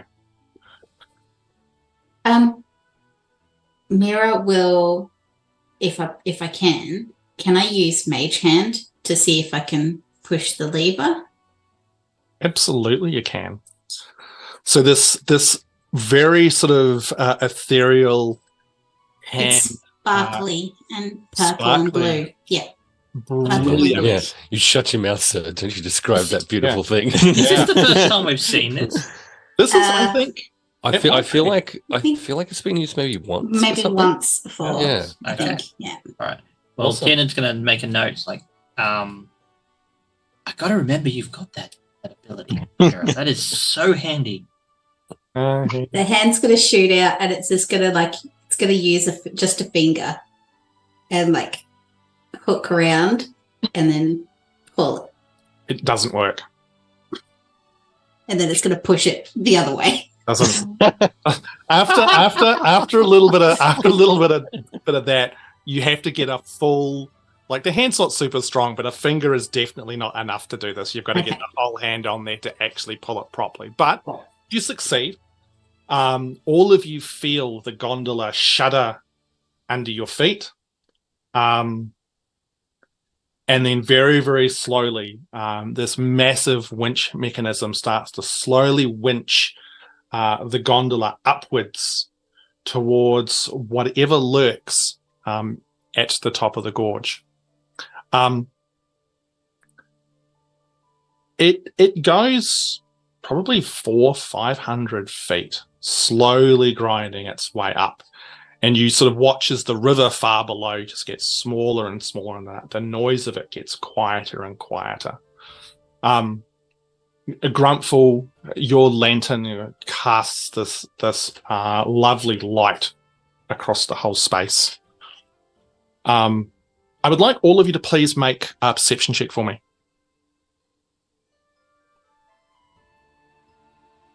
Mm-hmm. 6. What was that, Delgrim? That's a 6. That's a 6. Mm. Excellent. Is this active perception or passive? Just a perception check, just a normal perception roll. 11 and I think you got a 12. Yep. Nat 20. Nat. Oh. Oh, Gee. Miera, what did you get? I get a 7. A 7. Grumpfel? 17. 17. Okay.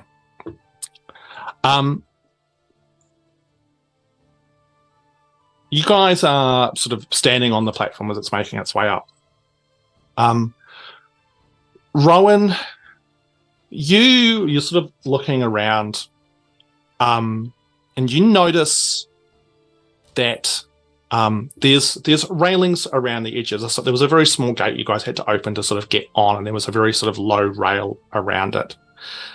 Was quite easy to sort of miss with the lower light, despite Grumpfel's lantern.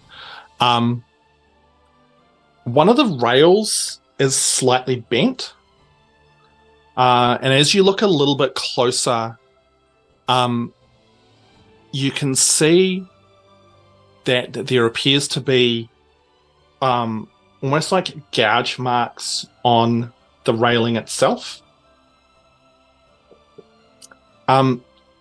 As you notice that, all of you suddenly hear this loud, piercing screech echo down this massive gorge.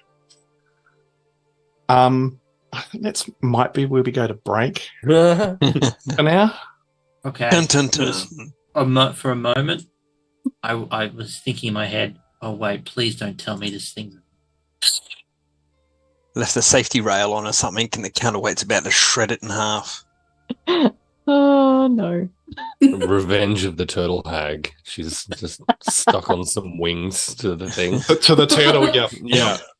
Flying Okay. turtle hag. Turtle can So, fly. a hippo turtle. I don't know. It's so we'll be back in 5-10 minutes while we go and refresh drinks, stretch our legs, all of that kind of stuff. As always, thank you very much everyone who's hanging out with us in the chat.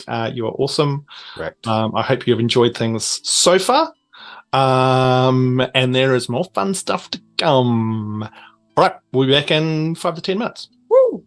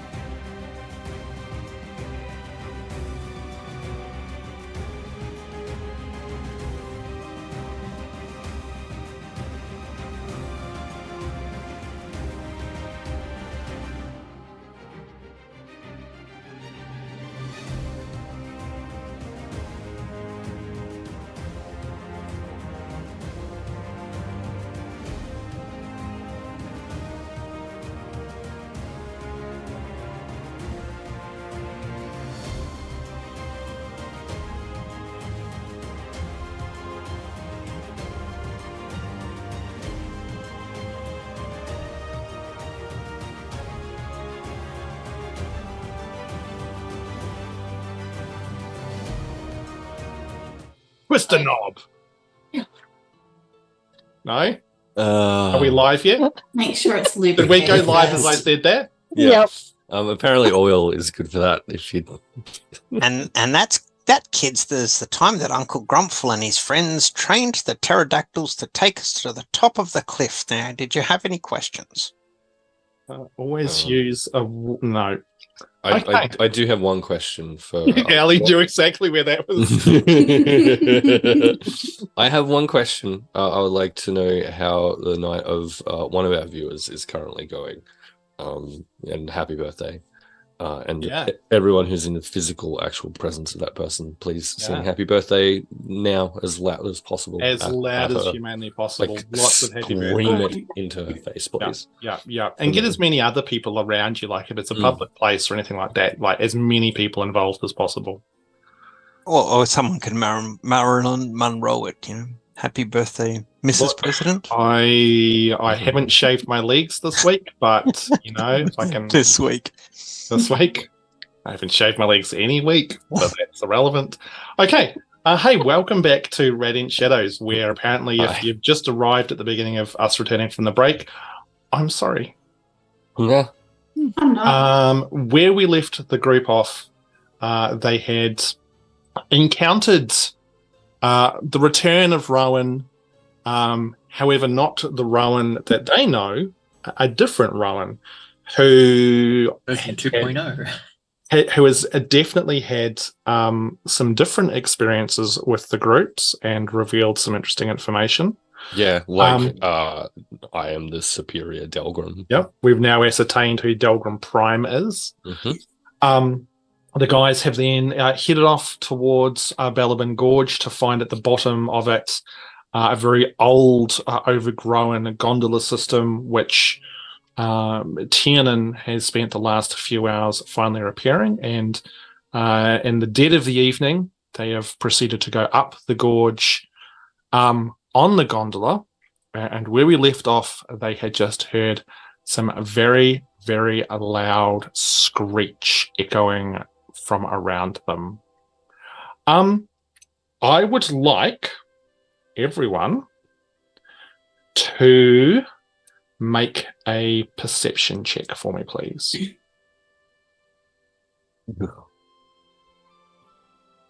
Six again. Oh, buddy. I know. Okay. Miera, what did you get? 18. 18? Mm-hmm. Also 18. Excellent. Rowan? 16. 16? Ooh. Tiernan? 10 and 9.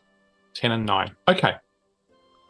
Delgrim and Tiernan, you guys don't notice anything. The rest of you spot just on the very edge of your sight. It's really hard because you've got the glow from Grumpfel's lantern, and then off in the darkness, you can see something rapidly approaching the gondola, almost plummeting towards it in many respects. Incoming? So I would like, please, for everybody to roll for initiative. For those of you playing at home, there is no combat map for this because we kind of don't need one due to the small space. So we're going to Theatre of the Mind, this bad boy. So hold your numbers. I will go through and ask you what they are in a map. Okay, so anyone get 25 to 20? No, 15 to 20. 15. 15 for Miera. What was Rowan? 17. 17. So Rowan is 17, Miera is 15. 10 to 15? Yeah, 14. And Grumpfel, what was yours? Also 14. Also 14, and Tiernan got a 10. Okay. Delgrim, I believe you've got the higher dexterity, is that correct? Dex of 12. 12? Which of you two would like to go first? Yeah, Delgrim go first. Delgrim go first? Okay. Yeah, don't mind. Okay. Spookily. Okay. Oh, Grumpfel has a dex of 16. You're entirely welcome to go first if you prefer. No, that's all right. Now, Unless you feel like you need buffing before, rather than healing. so one of because there's more than one of the things that are approaching got the highest initiative. Mhm. You guys see almost at the last moment emerge from the darkness a creature the size of about a horse. Its head is the head of an eagle, and it's got massive wings, and its front legs also sport huge claws. As it swoops in. Did Donkey get a roll? Sorry? Did Non-combatant. the donkey get a roll? The battle donkey, the battle mule. Mule does not get a roll. Mule is not a battle donkey. So we don't say power of Grayskull, point a weapon at it, and it turns into something a bit more buffed up. okay. So Mule doesn't get a roll because this thing plummets in. No. And its claws No, Bye, dog. no. grab the mule. And I just need to very quickly check one thing here.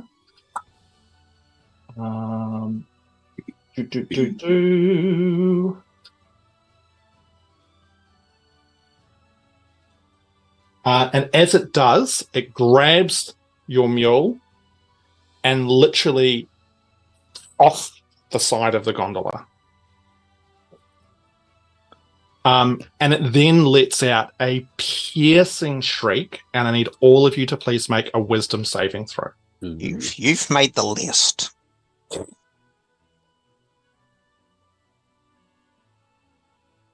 The nat 20 on the wisdom saving throw. That is a save. 21. Tiernan, what did you get? Burris, is this a fear or a charm? Or no? It is a fear. All right, I get is it- advantage. Yeah, is it a magic? No, not magic. 18. So Rowan got a 21. So Rowan, you save. What did Tiernan get? 21? 18. 18. That's a save. Miera, 16? save. Grumpfel. Also 16. Awesome. Okay, so you all save.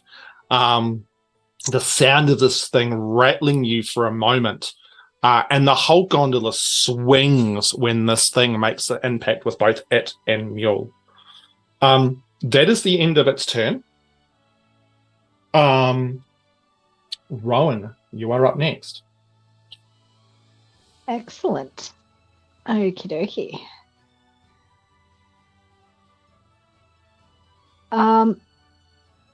Question, how far away is the monster now? It is probably like 15 feet away from you.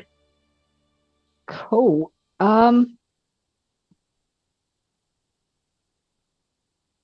As much as she won't want to, let's Eldritch Blast that. Okay. All right. Make your attack roll.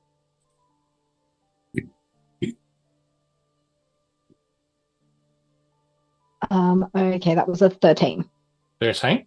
So just to clarify for you, so it is like pretty much if you wanted to engage in melee, you could. Just to clarify. So you're still cool. Yep, sweet, awesome. Yeah. 13. 13 does hit. Cool. And that does. Give me 2 seconds. Yep.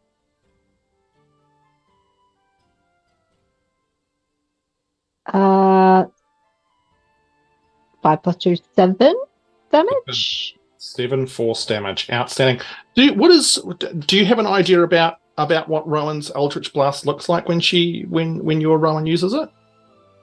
To be fair, she doesn't like using it, so I feel like that kind of comes into play with it, so it looks kind of dull, dark, not very nice to look at, really. Okay. It's just, yeah, it's very Awesome. much gooey. Yep.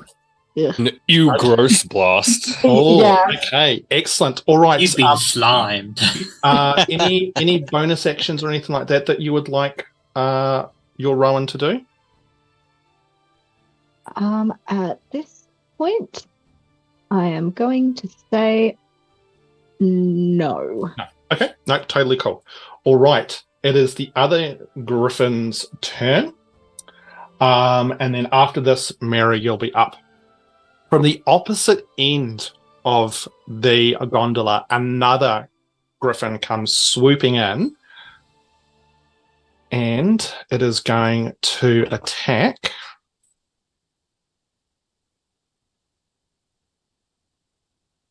It's going to attack you, Mr. Tiernan. Do it. It is going to try and grab you with one of its claws. No, that is a fundamental miss, so we'll put that dice away because it's naughty. So it comes in, it tries to grab you with a claw, and you manage to dodge quite easily out of the way, and then the massive beak just suddenly lunges at you. And that's a 22 to hit. Whoa. Dude.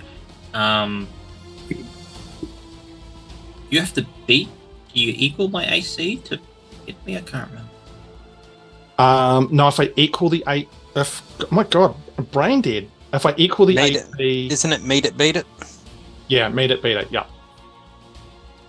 So if you equal it, you beat it. Yeah. Okay, so shield won't help me. Yeah. Okay, I get struck by the. Okay, all right. So you take 7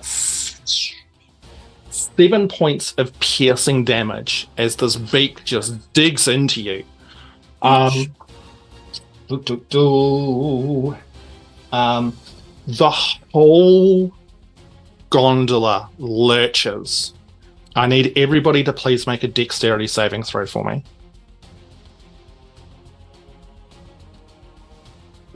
Dirty 21 indeed. 21. Nice. Miera? Oh, sorry, what was that, John? 15. 15. Miera? 12. Yep. Grumpfel? Oh, look, I'm on the floor. What did you... A 2 on the dice plus 3 makes 5. Okay. And Rowan? Not much better on the 6. 6. Oh, okay. So the rest of you managed to brace yourself against the rails, maintain your balance. Rowan, Grumpfel, you guys lose your footing. Grumpfel, you stagger slightly, lose your footing, and for a moment, you're peering down into the darkness. You haven't fallen over the edge, but for the briefest of moments, there was that. Like you've got one hand is on the rail as you kind of glance down into just this black abyss, hundreds of feet up in there. Oh, I'm dangling? Or You're not dangling, but it's like you hit the ground, sort of roll towards the edge, grab the side. Oh, so Glance feet down. dangling still on sort of... Still on it. Okay. Still on it. Okay, and that is its go. So Miera, it is now your turn. Mm-hmm. So they're both griffins are close. They're at either end now, effectively. Okay. I will. First of all, okay. So I'm going to aim a blindness spell at one, but I'm going to use my sorcery points to quicken the spell to make it a bonus action. I love it. Yep. Cool. And Okay, so what's the DC on that? It is. And what kind of save is it too? Blindness is a con save of 13. Con save of 13. I rolled. God, the thinking on this dice is not great in this light. No, I got a 16. So you unleash the magic at this thing, and you can see it shakes its head for a moment. But the magic does not appear to have taken hold. But that was just your bonus action, so you still have your action. Delgrim, you're up next, by the way. Mm-hmm. And then I'm also going to use my Chaos Bolt. Is that a leveled spell? What does that mean? So is it not a cantrip? It is not a cantrip. Okay. So when you're casting 2 spells, one effectively has to be a cantrip, one can be a leveled spell. Okay. So you can still cast a cantrip in this turn? Yeah. Okay. Well, in that case, I will aim a Mind Sliver at it. In that case. Okay. Is this the one that's attacking? The same. Yeah, the one that's attacking Tiernan. Okay, cool. All right. Which is that one. Okay, all right. So what's the save for that? So that one is, let me get, it's a intelligence save of 13. Oh dear. Yeah, Griffins aren't known for their massive intellect. Get it, dummy. Yeah, no, it fails. So what is that? What does Mind Sliver do? It drives a disorienting spike of psychic energy into the mind of the creature. Yep. And it has to take 1d6 of psychic damage and subtract 1d4 from its next saving throw. Okay. Okay, so roll for damage. 1d6.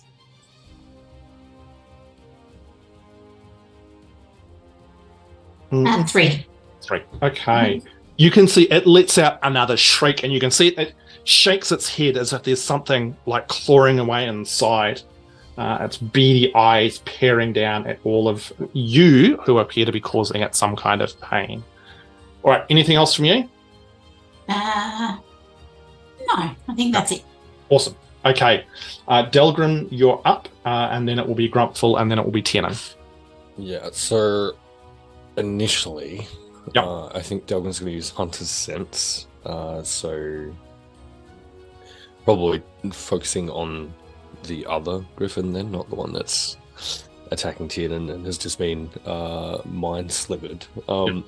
But immediately learn whether the creature has any damage immunities, resistances, or vulnerabilities, and what they are if the creature is not hidden from divination magic. Okay, so you call upon the knowledge that you've got, and the inherent uber brain power.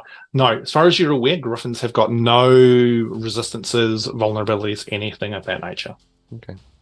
Amazing. In which case, as a bonus action then, I'll just designate that same one with Slayer's Prey, rather. Okay. Which will just mean if I hit it with a weapon attack, it'll take an extra d6 damage when that happens. Nice. Excellent. Grumpfel, sir, it is your turn.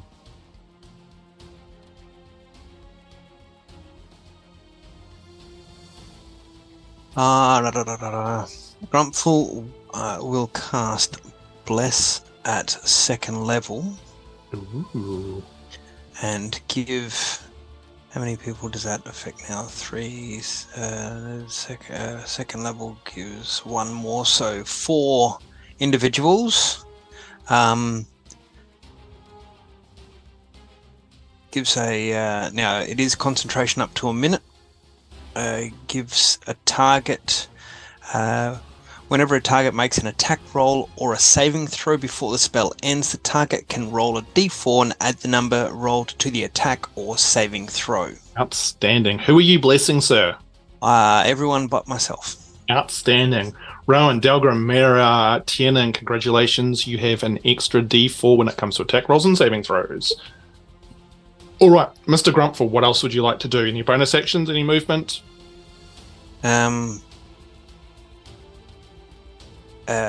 Can I use the action to steady myself and stand back up and make myself as distant from either of the two as possible? You can use your movement, yep, to sort of move into the middle. Absolutely. Yep. Oh, okay. Excellent. Tiernan, you are up.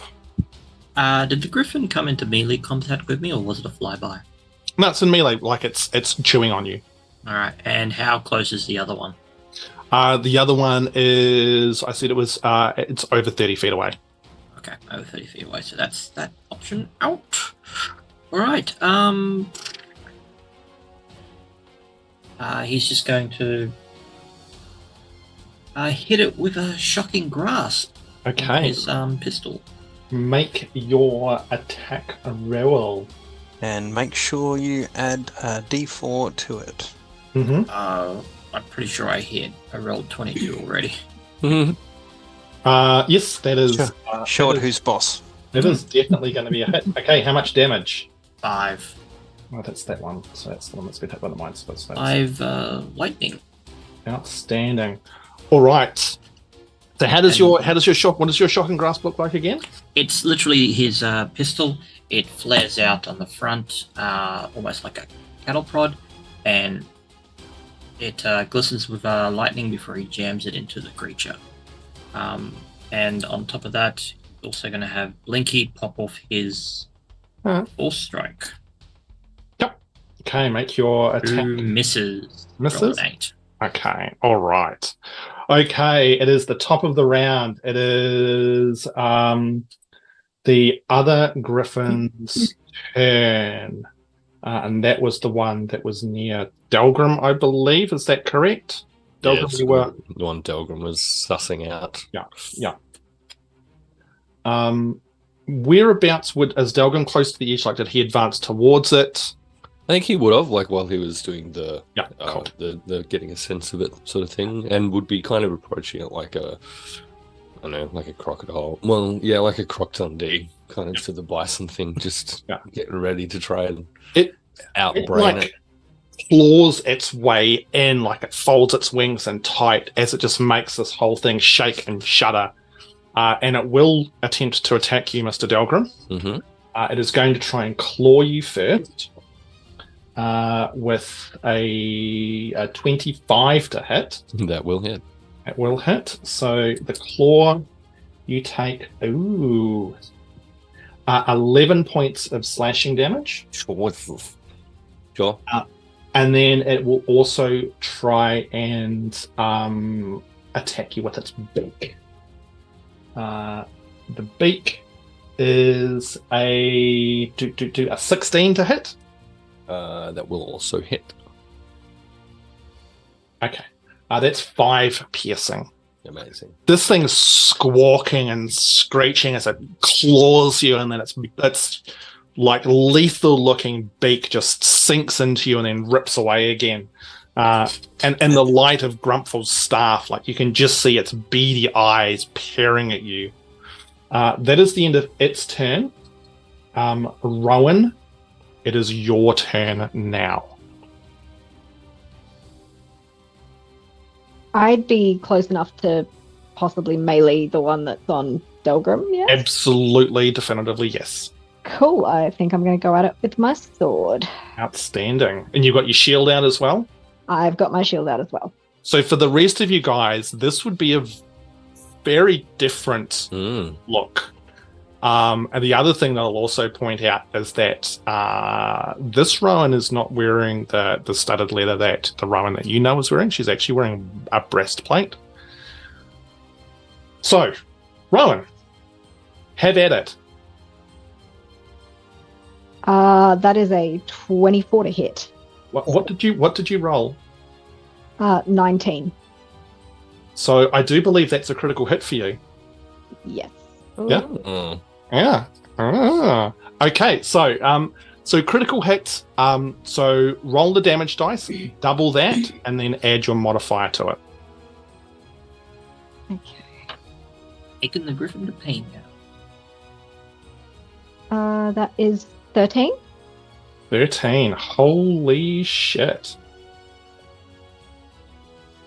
Did you want to describe how Rowan does this in any particular fashion? I guess it's going to be a very kind of quick stabbing motion, probably straight into, I'm assuming she can get to like its chest area. Absolutely. Straight in and pull out. You guys watch as this thing just howls in pain from this incredibly skilled attack from Rowan. Rowan, any bonus actions or anything else like that you'd like to do? Not at this point, no. I'm good. Did you add the extra 2 to that damage? No, I did not. Cool. Sorry. Unnecessary. No, Doesn't matter. don't apologize. I was just making sure that we're getting all of the goodness that we can. Okay. It is now the other griffin's turn. This is the one that is currently chewing on Tiernan. Nom nom nom. Okay. Hey, it's going to try and attack you with its beak. Oh.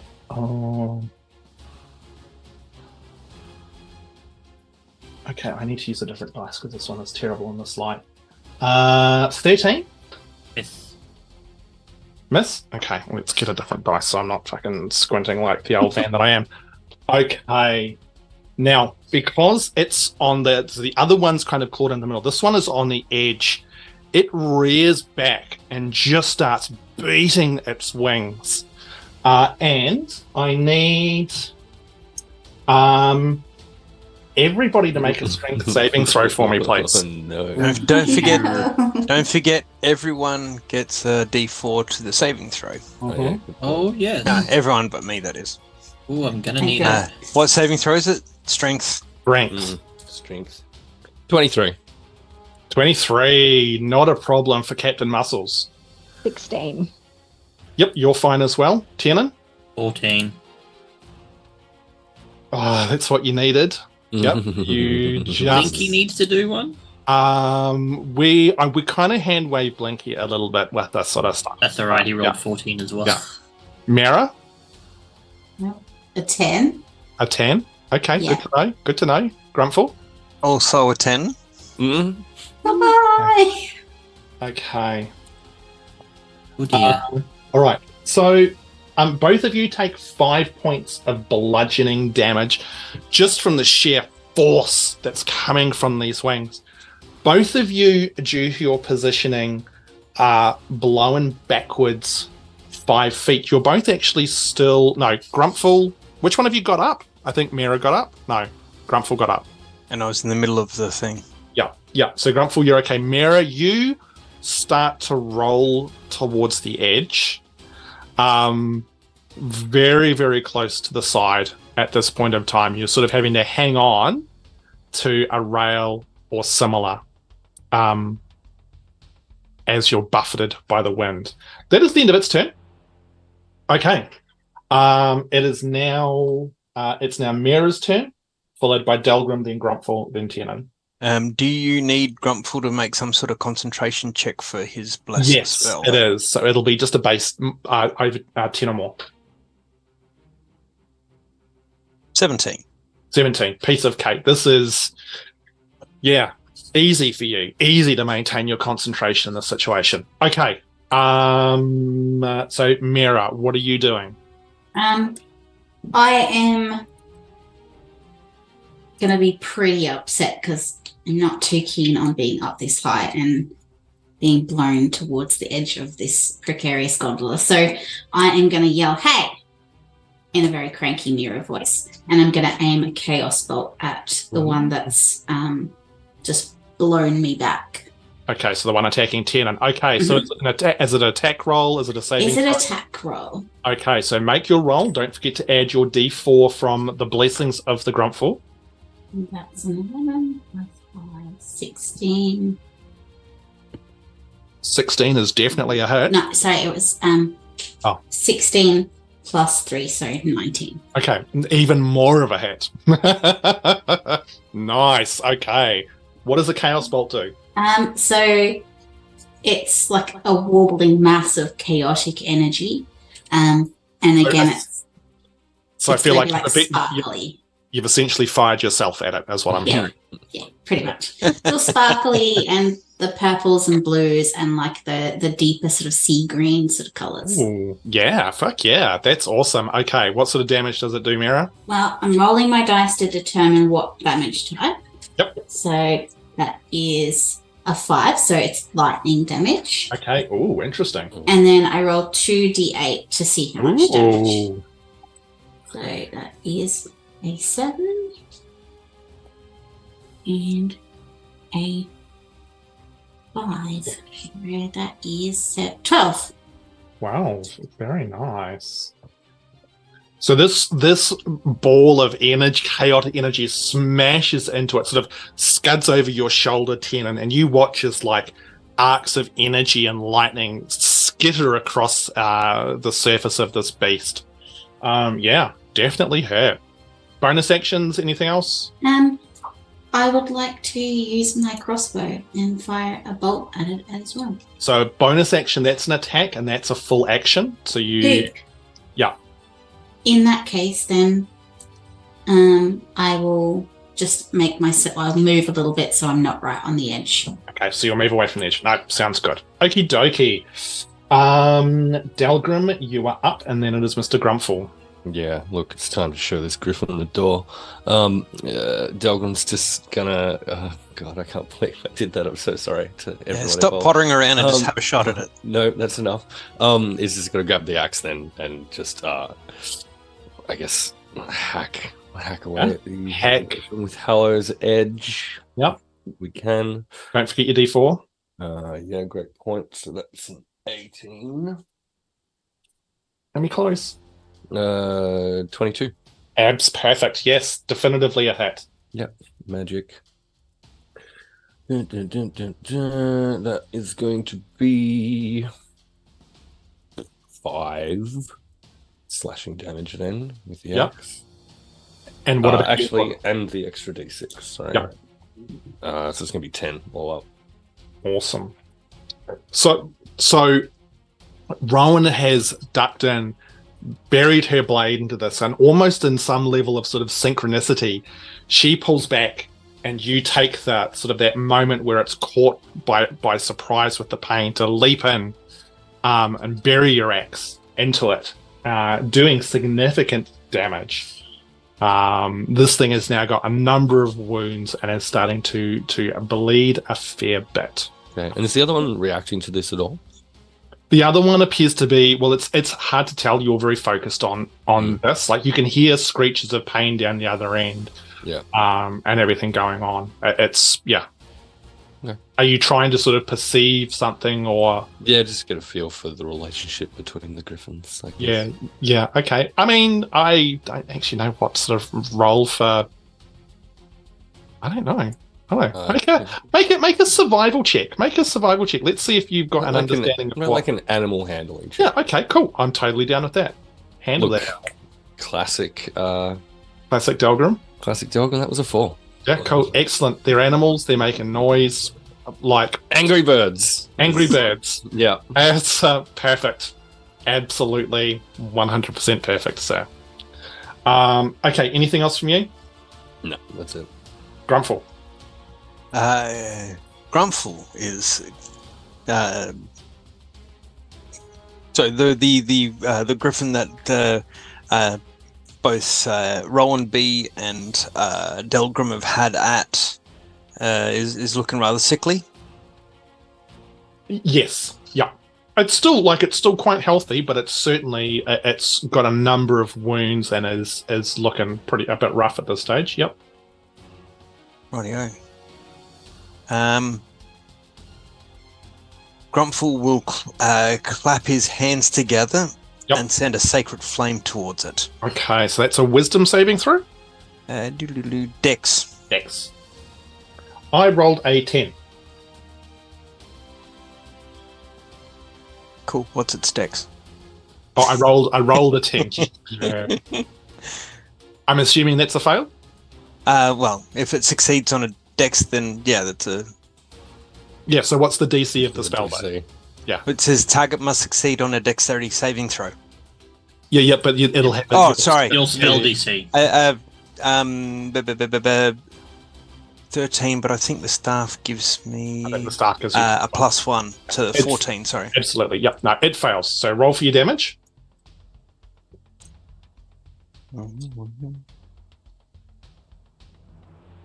5.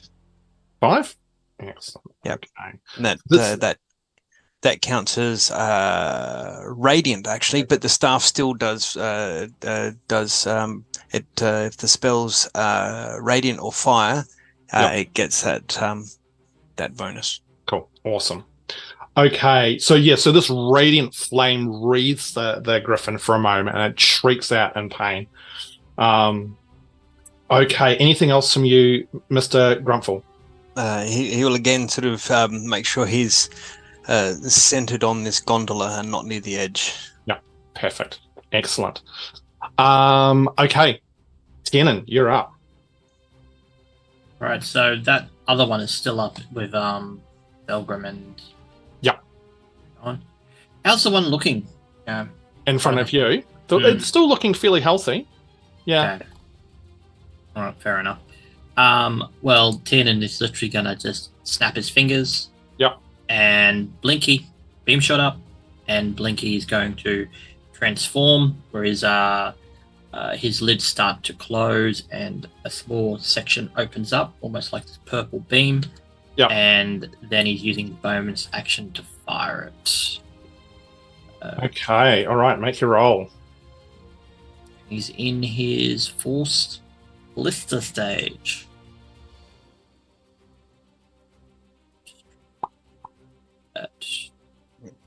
Where's the attack?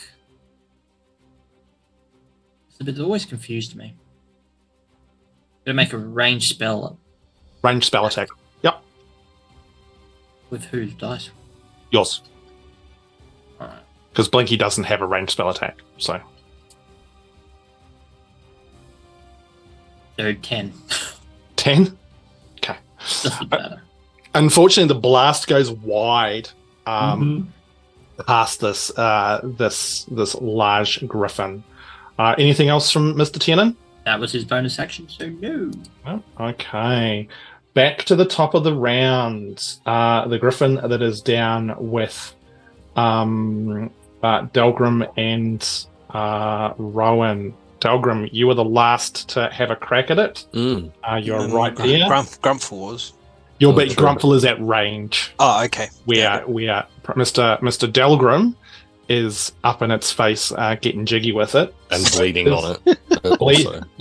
bleeding on it. We're bleeding on each other, I guess, at this point. It's when two hearts become. I don't know where I'm going. Isn't it bleed on me when you're like? Sorry. Okay, it's just tries to kill you. As you were. Oh wow. Yeah. Okay. It just tries to eat your liver. So the beak sort of lunges at you. You lurch to the side, almost in motion with this thing as the whole platform sways again.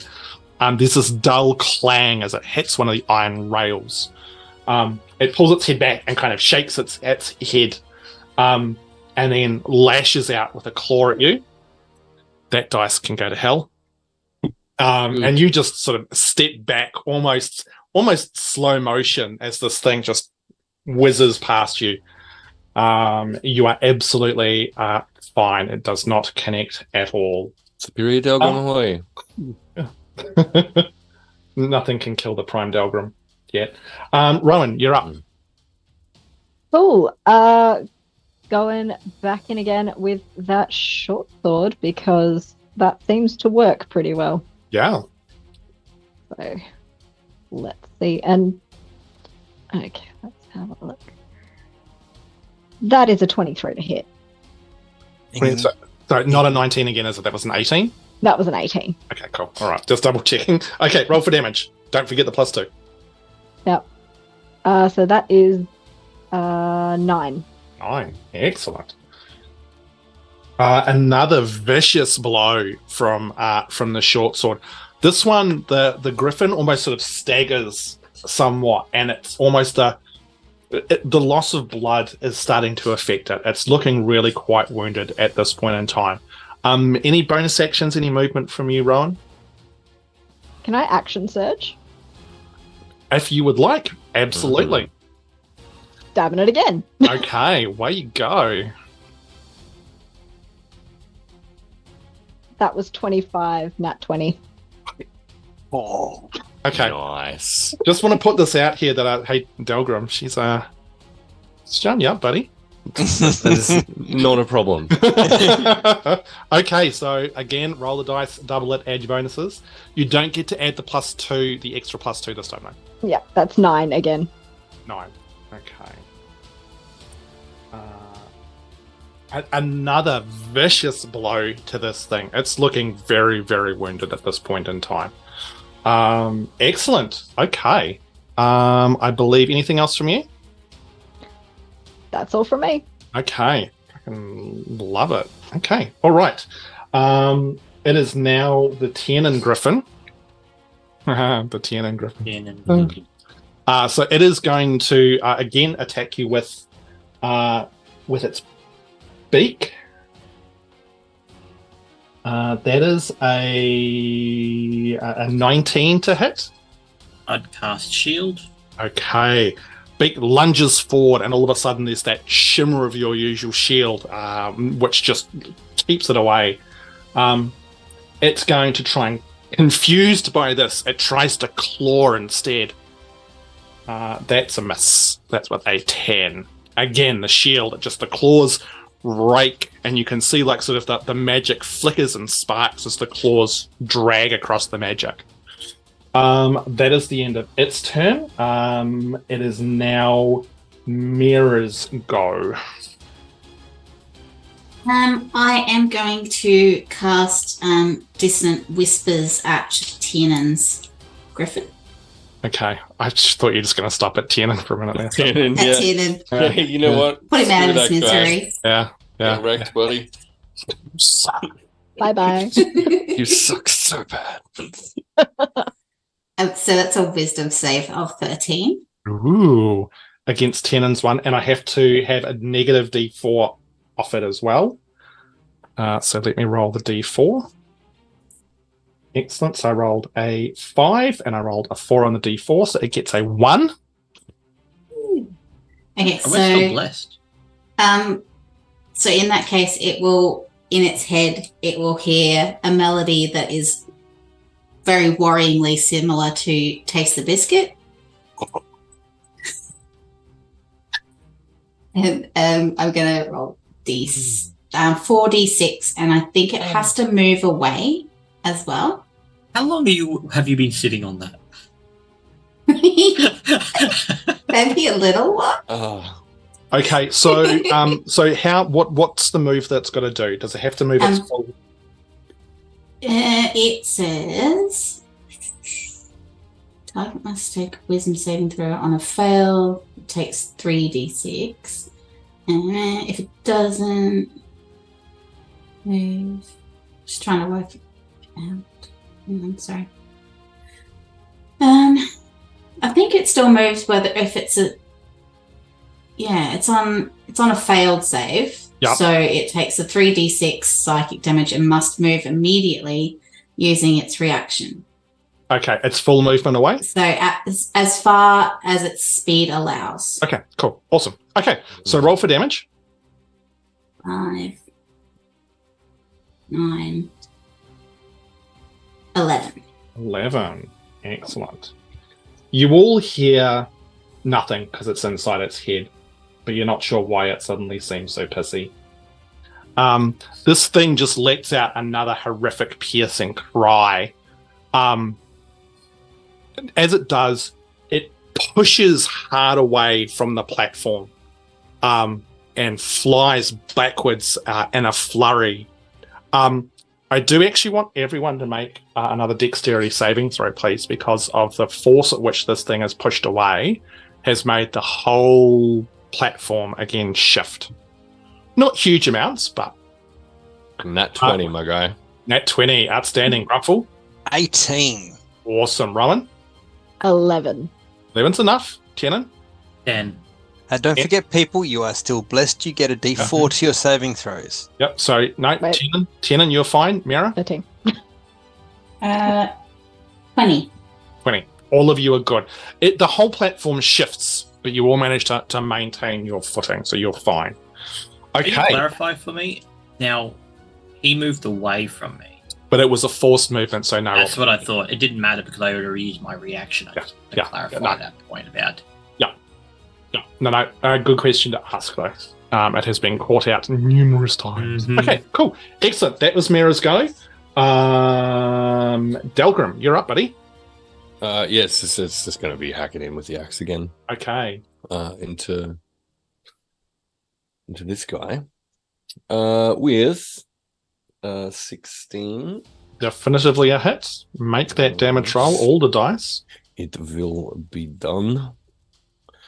So that's a 6, so that's 8, and then another 6 on top of that, so 14. Holy shitballs.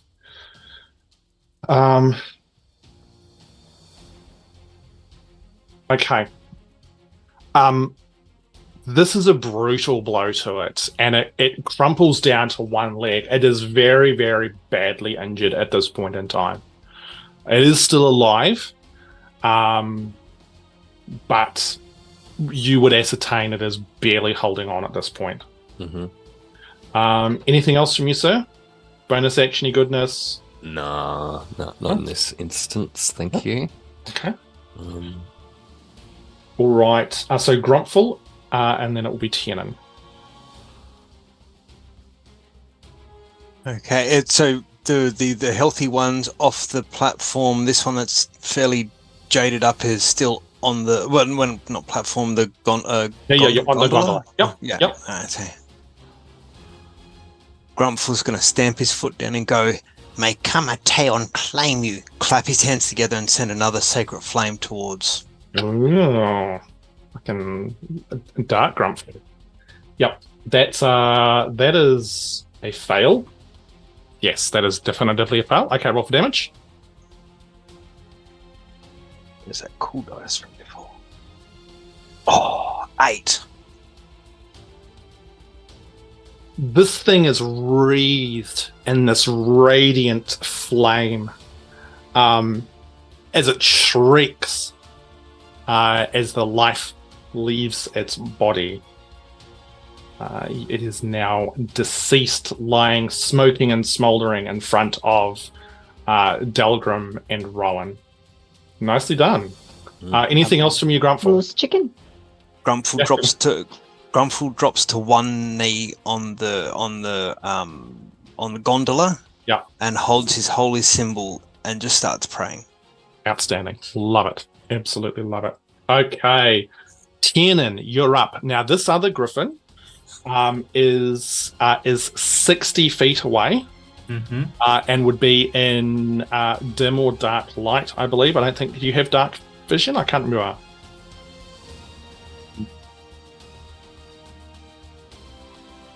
I don't think I do.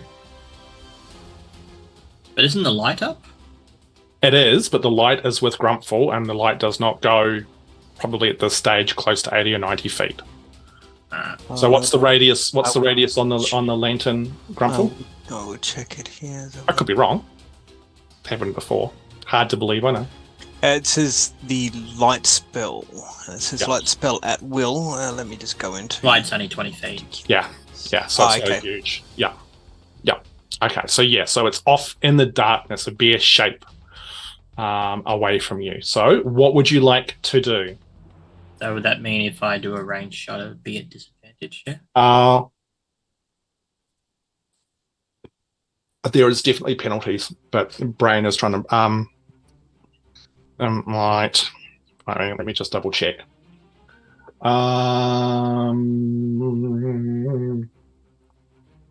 It got out there awfully disadvantage. quickly. Yeah. Sorry? It got out there awfully quickly. These things are fast. Yeah. This is what happens when you scare the shit out of it. So, okay. I'll give it a whirl. Yeah, it'll be disadvantage. Tiernan mutters something under his breath. Of course, finally. He pulls out a very white gemstone. Yep. Smacks it into the top of his pistol. Yep. And takes aim. Okay, make your attack roll. I think I know the spell that you're casting. Don't forget that D4. That sweet D4. Yeah, but it's a disadvantage, so I lose the good roll. Yeah, 9. Off into the darkness. This glowing ball of energy illuminates it for a moment. Fortunately, no luck there, sir. Okay. All right, he's going to use his bonus action, and he's a bit muttering to himself. Freaking rest he is. Blinky, you're up. Blinky's going to fire. Yep. Yeah, Also at Blinky's disadvantage. capacitor cycle up. Yep, disadvantage. Yep. No, that's the first one. That was you clicked that twice, and I 24. saw two results in, mate. Yeah, they were two good results. They were No, two very good 24 and results. 26. Yeah, Yeah, but I have to use 24. So 24. Yep, that's a hit. Yep. yeah. If you have to go and use a 24. No, the other one was 20. Wasn't that 20? That's why I'm like, Okay, how much damage do you do? 11 from the force booster. Excellent. This time you can see the blast connect with this griffin that's off in the distance. Excellent. It's still alive, but you can see it's maybe starting to struggle a little bit. It would also be pushed away with the force. So I don't know. It's only 5 feet, but that's describes the type of damage. 5 foot. Okay. No, that's actually very important. Because it's trying to fly. Okay, all right. So top of the round, the one that had the best initiative is now deceased. So Rowan, you are up. At this stage, you'd probably not be aware of where the other one is. It's just not instantly visible. Yeah. That really doesn't help much. Let's see. I guess by now she's kind of worked out that the rest of the group are already fighting something else, even though she can't see it. So she'd probably use movement just to move. Head down that towards direction. them. Yeah. Okay. Yeah. Yep. I think that's really all she can do there. Yep. No, sweet. You race down towards the other end of the gondola, probably turning just in time to see these blasts from Tiernan vanish off into the darkness. Okay, excellent. No, it's the last griffin's go.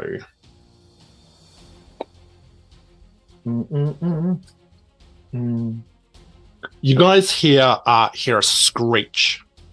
Tiernan, where you are, what you can see, it looks like that this one has turned, and you can literally hear its screech getting quieter as it appears to be flying off back away from where you guys are, off into the darkness down the gorge.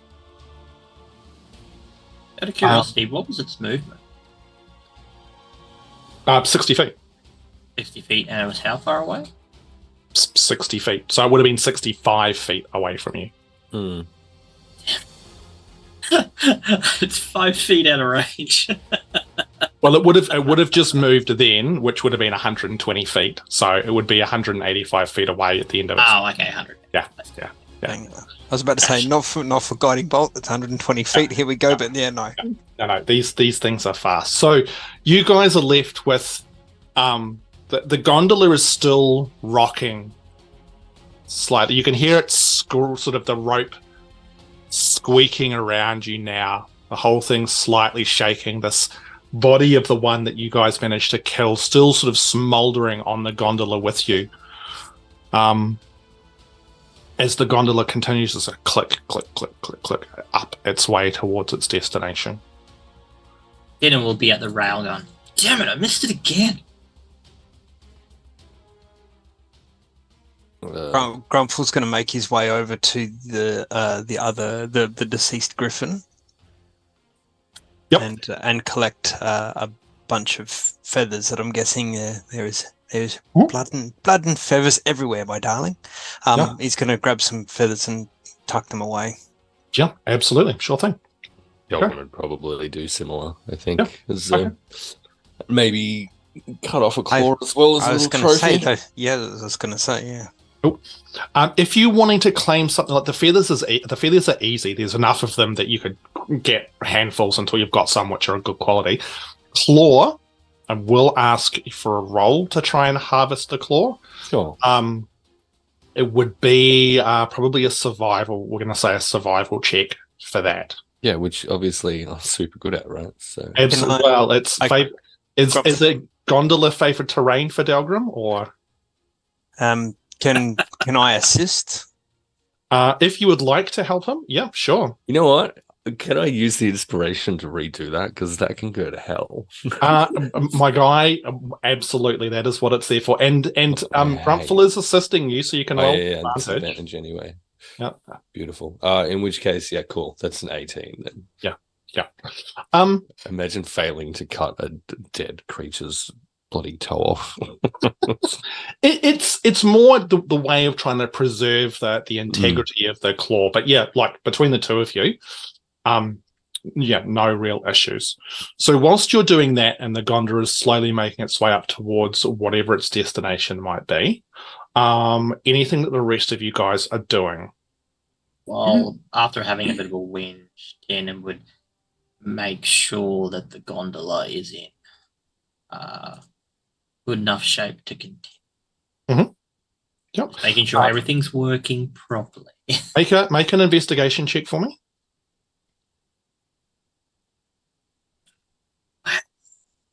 Yeah, terrible to roll a 10. A 10. Mm-hmm. I mean, in like where you're at, like checking the various winches and stuff where you are, everything seems to be okay. Mm-hmm. Nothing kind of leaps out as in any sort of immediate issues. Just like to point out, I think that's the fourth 4 I've rolled tonight. Miera, Rowan, anything you guys are doing during this? Miera would also like to get some bird leaves. So I'm going to keep them and probably put them in my hair or something. Okay. And then I want to go over to the edge and kind of peer over because I just want to see if I can spot Mule. Okay. Make a perception check with a disadvantage.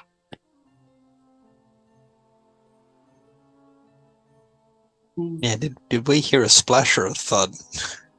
in the chaos of combat, probably difficult to hear much of anything considering the screeching and squawking of these things. It was a 4.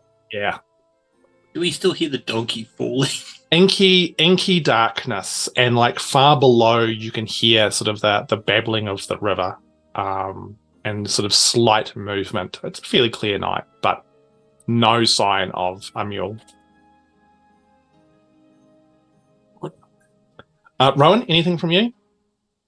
I guess Rowan would probably notice Miera doing that, and she might go over to Miera and just be like, "I'm sorry about your mule." Well, technically it was Delgrim's mule, but he was pretty good. He kept me out of the swamp, which was nice. There was a swamp? Yeah, we went through a swamp and there was like this old lady in a boat, and it wasn't really a boat, it was like a big turtle thing. But Delgrim made it, well, everyone made it run away. And now we're here. Oh, well, that's good, I guess. Well, yeah. Still means it's out there when we have to go back, though, potentially, but... I feel like we could have used your skills with the sword, New Rowan. Why did you learn to wield that? Oh, I've known for a while.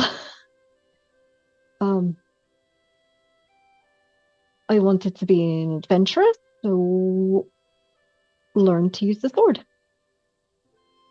You learned well. Our Rowan's, I don't think I've seen her do anything like that before. Oh, really? No. Very interesting. Definitely advantageous. Grumpfel will finish doing his little preceding that. Finish doing his little prayer to Kamateon and the dead griffin. He's going to turn around and have a look at the party and see who's wounded. Delgrim is absolutely and definitely wounded. Yes. Tiernan is also wounded. I'm only down 5 points. Because I've hang on, where is it? Where is it here? Not hugely. Merely a flesh wound. Well, how many on a numerical scale? What's your flesh wound? 7 out of 28. Because Grumpfel's down 5. So what he'll do is he will uncover and reveal his little amulet of Kamateon, and he'll just get a little bit of the griffin's blood and put it to the amulet and to Kamateon, we require your assistance. And then this wave of divine energy emanates from him out through the party, and Tiernan gets 5 points, and Grumpfel gets 5 points, and who else was wounded? Sorry, Delgrim. Who else was? I was down 5 points, but if there's someone that's 5 points for worse Miera off. and 5 points for Delgrim, and then he is going to walk over to Delgrim, and where is he here? And use a cure wounds as well. Delicious. And that will be 12 points that you receive from that. Magnificent, thank you. So the You're gondola. very good at that, Grumpfel. It serves me well, and while I'm in the service of others, it will serve you just the same. Tiernan's going to have Blinky on sentry mode at the moment, just to keep a spot out. And just looks down at these creatures. What are these creatures? Anyone who thinks they might have an inkling can make a nature check. These things aren't super magical weirdness, so 17. I assume Tiernan wouldn't know. yeah, that's cool. I'm going to leave it lie there, but I did roll a 5. Of course I did. Yeah, that's okay. That's something that flies around out there. Well, sorry, correction. I rolled a 2. Just You still got 2 inspiration points, man. I'm not going to vote it on that, but yeah. 14, but I don't Angry know Bird. how- No. 14. Miera? 14. 14. Look, Grumpfel, Yes. you're a worldly gnome. You've probably heard of these creatures before, and as I said during the combat, yeah, it is a griffin. It's not a magical beast. It's not a magical creature of any particular nature. But yeah, you know what it is. Yeah, when it called out before, I had an inkling. It was like, and I knew it was a griffin. Oh my What do they do? Did they? The entire party takes 100 million points of psychic damage, Yeah. and the rope on the gondola snaps, and the river vanishes, and it's just a void, and you all suffocate and then come back to life, and then get killed by one. Sounds about right. Actually, I thought Cass was going to say that's what it hears as part of the dissonant whispers. It hears in its mind. Okay, so, it's the trip in the gondola is probably another sort of 10-15 minutes of this thing very slowly grinding its way up. There's a couple of times where it hitches and shakes, and there's groaning noises from the ropes above you.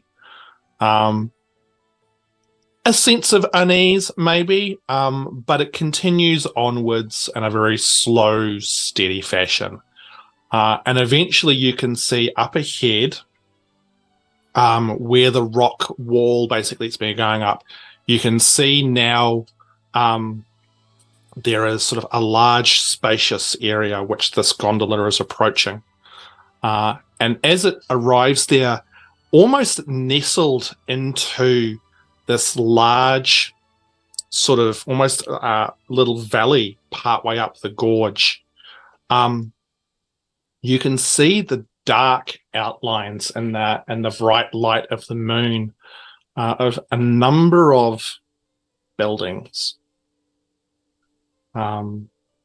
Eventually, the gondola, there's another platform very similar to the one at the bottom. The gondola comes up to the level of the platform and stops with a bit of a graunch and a bit of a shake. A bit of a what, sorry? A graunch? Graunch. Oh, excellent. I love that. Just a raunch. Graunch. Yeah. Raunchy. It's like someone. Yeah. You all die again. Tiernan would immediately try to make it secure. Yep, you can see it appears to be the way it's been set up. It appears to sort of have like a little sort of almost like docking area, but it's slightly just Promethean. Fuck you. That fucking look, my man. It just doesn't quite fit properly. It's like there's something that's in like some rocks or something like that.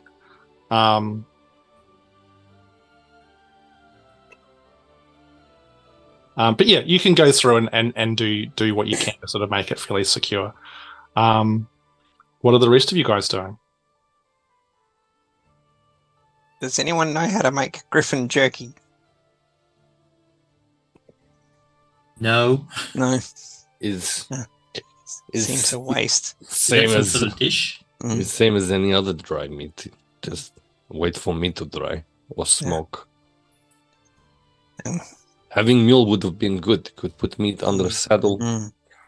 It Well, work well. unfortunately, our mule is no longer here. Correct. I'm happy to slice some, keep for later, dry it out. All right. Okay. Tiernan's going to keep Blinky on alert. Yep. Basically, if he sees any sort of movement or that sort of thing, to basically fire. Okay. For a better thing. Okay. All right. So make a perception check while the rest of you guys figure out what you're doing. For Blinky, yeah. Yep. Oop, wrong button. Oh, it's the same roll. 12. Okay. So with the small radius of light being cast from Grumpfel's staff, again, like you know that you're on the edge of a small village, but it's very hard to tell in the darkness, you know, the rough size. But even from where you are, the closest to buildings that you can see have been absolutely reclaimed by nature. Moss and vines have crawled up the sides of buildings. There's crumbled walls. You can see roofs that have collapsed. Some of the buildings, it's even hard to tell it's an actual building. It's been so overgrown at this point in time. This is a place that has been uninhabited for quite some time.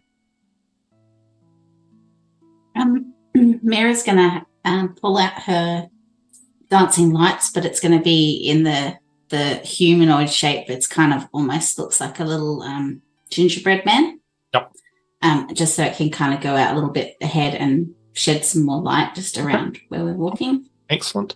You can see as you do that at some stage there was probably a small, not cobbled road, but definitively someone had tried to set up a fairly decent little road leading from the platform up through this village. And you can see even now, as you're sort of getting accustomed to the light, that the road is slowly going upwards on a very, very gradual incline. But again, the road itself is just predominantly overgrown. You've kind of got a rough idea of the shape of where it is as it leads through what you imagine is the middle of this little village. Question from earlier. When Tiernan repaired the mechanism, how far was the gondola? The gondola was like 200 or 300 feet up the rope. Okay.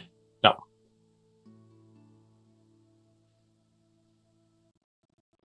Tiernan will actually point this out to everyone.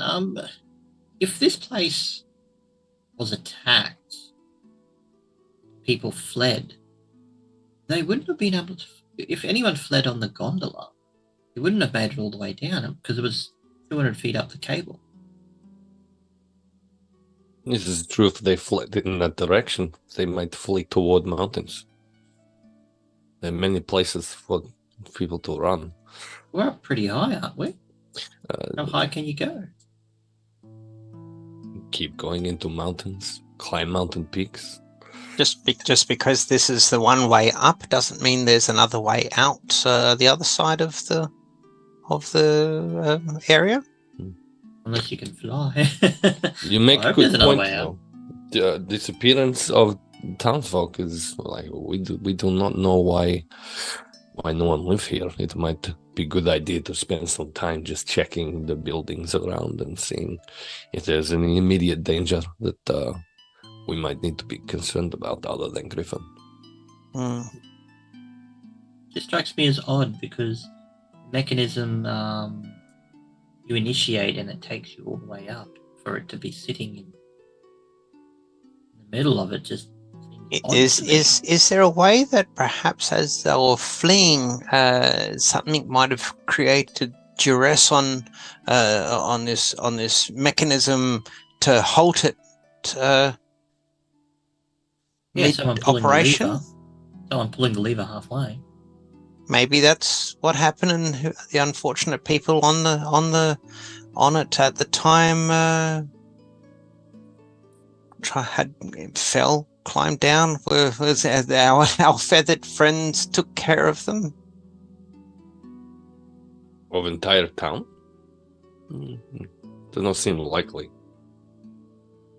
Might not have been the first trip, might have been the second or the last trip, or maybe if the machine was then broken, it was definitely the last trip. Perhaps people tried to climb down, and whether they succeeded or not, we don't know. Well, it's getting pretty late. Do we wish to make a camp or something up here? I think it's a good idea. Again, I will scope out some of these buildings first, just to be sure there is nothing lurking, hiding, waiting to surprise us while we rest. Would you like a hand? Sure. Okay, so what you're just sort of doing, like how far are you going to sort of scout? It'll be, I guess, in, I don't know, like town block senses, maybe like 2 or 3 blocks worth. So just sort of the immediate vicinity of where it looks like we're going to be setting up. Yeah. Okay. Should we be quiet, Delgrim? In case we attract any more of those birds? I'd prefer to attract them now. We can take care of situation, then have them find us later. No need to be quiet. They find us, we take care of situation. Okay, so Tiernan and Delgrim are going to do a little bit of scouting. Rowan, Grumpfel, what are you guys doing? Okay, where this gondola came up and docked with obviously this new area, is there a building similar to the one that was down there here? Yep. An open style sort of one, like basically like it's like a half shed with an overhanging roof type arrangement. Yeah. All right. How far from that to the next lot of buildings? Are they immediately after, or there's a bit of space for cargo and just this and that space, and then more new buildings? So there's probably, the road probably goes, I don't know, 150, 200 feet, sort of winds up towards the edge of the village. So the buildings aren't right beside here. And Delgrim and Tiernan headed that way. Yeah. Okay. Grumpfel will turn to Miera and Rowan B and go, should we perhaps set ourselves into this building while the others have a little look around? Sounds good. Sounds like a good idea. My little gingerbread man will kind of be like skipping around. Oh, I love it. Perfect. Excellent. Okay, so you guys settle in to sort of set up a little camp for the evening. Delgrim and Tiernan, you guys head up towards the village and start to sort of scout around a bit. I would like you to both please roll perception checks for me. Cool.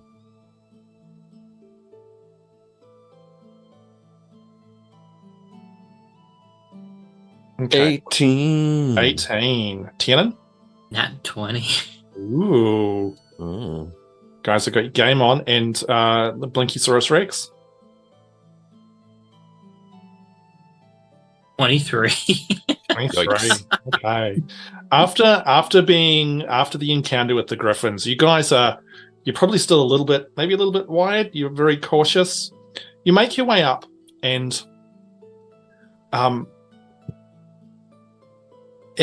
are you using for a light source? Because I think Tiernan, you don't have dark vision, so No, his usual go-to is to turn Blinky into a light source with light cantrip, so 20 feet. oh, okay. I'd dull that down. Let Delgrim use dark vision for a bit, and then bring it back up to proceed. But that would be my suggestion if I was there. So you guys head out and start making your way up sort of pretty much the main street of this town.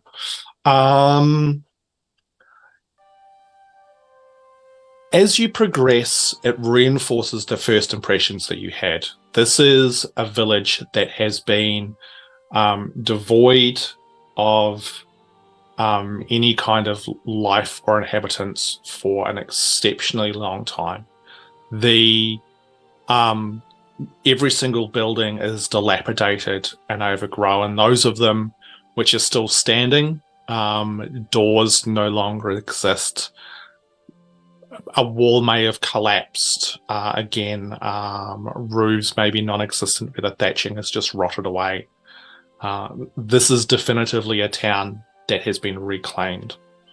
One thing you do notice, though, is that it's not super big. It's quite small. Even traveling this far, you're like, oh, yeah, okay, I think the other edge of the town's probably not too far in that other direction. But you now notice that towards the other side of towns, rising up into the night air above these other buildings, there appears to be a tower. Hard to see much from here, but distinctive and unusual in comparison to the rest of these buildings.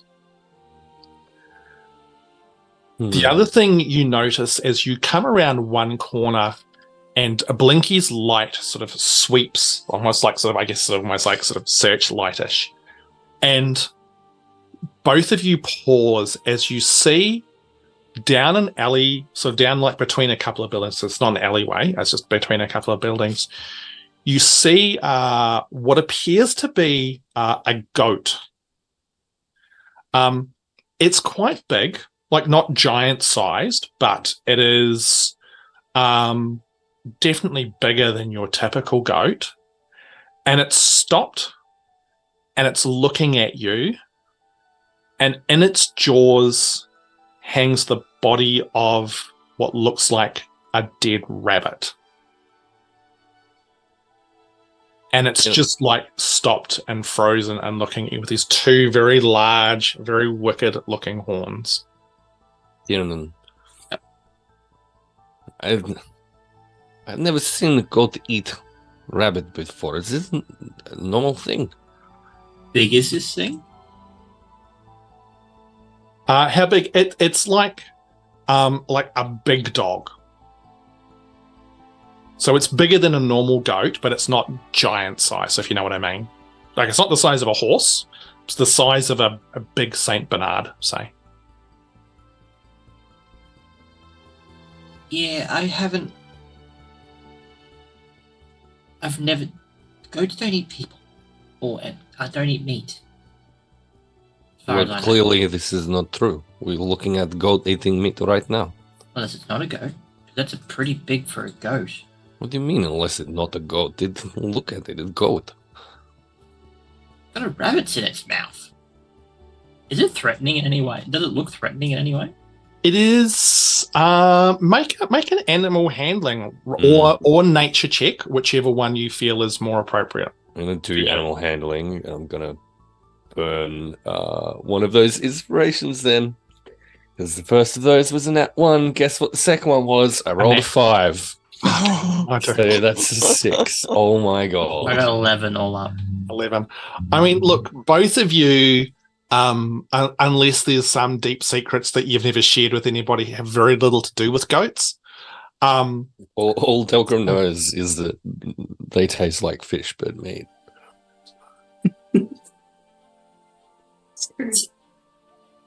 I need that on a shirt. Carnivorous goat, the other white meat. Yeah. No, Wayne? Other white meat. So both of you, like, yeah, it's standing there and it's staring at you with this rabbit just hanging from its mouth. It hasn't moved. Ideally, like in the headlights. With its weird eyes just looking at you. Creepy goat eyes. I think Delgrim will stare back and will take just some kind of food then out of his pack and eat back at it. Okay. All right. You pull out some whatever it might be from your pack. Could it be dried goat meat? Yeah.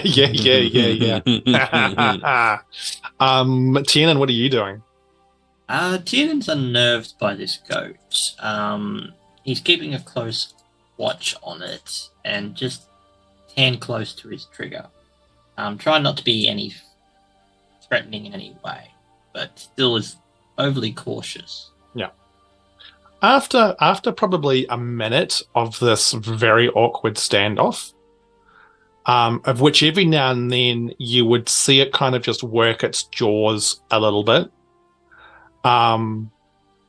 the goat just turns and heads off behind one of the buildings out of sight. Does not seem to be threat. It's strange. Yeah, that's strange. Does not seem to be threat. It's weird, Del. This is what we find in world, is strange things we've not seen before. Now we've seen rabbit eating goat. It's exciting. So how much further are you guys going to progress? Tiernan wouldn't be comfortable with progressing any further, considering it's getting pretty late. And we sort of scattered a little bit. We want to go back to the guys. Do you want to push forward? Yeah, as long as we've done, say, like a few kind of, I don't know, say 100, 200 feet worth of just kind of checking buildings out. Yeah. And so I guess, like, Delgrim's initial thoughts would have been to have selected one of those fallen to actually camp down in, just for some additional kind of shelter. Mm-hmm. So whichever, I guess, was least dilapidated. Yeah. Would I guess he'd recall the location of to recommend that we set up there. Too easy. Tiernan's just keeping an eye out to see if he can garner some sort of idea of what the town was set up for. Mm-hmm. Mm-hmm. Super difficult to tell, considering the state of it. He's like just looking into any containers that he finds. I know they're probably dilapidated as all hell. He's just trying to get some sort of impression. Mm-hmm. Yeah, very cool. I mean, make an investigation check for me. 24. Or was that 24? I mean, with sort of, going a short distance, most of the buildings that you encounter appear to be like just homes or houses, sticking your head through some doorways, looking through, broken walls. There's broken like dilapidated furniture, not necessarily like broken, like someone's gone in there and hacked it up, but just, beds that have fallen apart over the years. Trampled by beasts. Yeah. The building that we find least dilapidated would be an old house. Probably an old house. Yeah, for sure. So you guys would do that, then head back to the rest of the group, who you find setting up a lovely little camp at this point in time. in the building by sort of the half building by the platform. So what would you like to do from here? Are you just wanting to sort of rest for the evening and then pick up again in the morning, or anything in particular you're wanting to accomplish? Building we're in, that they've set up camp in, is it more or less dilapidated than the one that we? Oh, it's probably more like it's one of like it's sort of again like the building down the bottom. It's more of sort of a large shaded area. Half of the roofing is gone. It's exposed to the elements. But where they would have set up, there's a little bit of roof over the top. They've cleaned up a bit of space. It's you guys slept near a swamp the other day, so I mean this is light years better. So it's all kind of relative.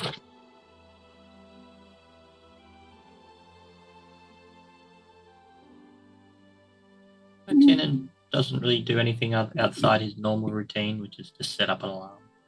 Yeah. Okay. Anything else anybody is wishing to do? Nope.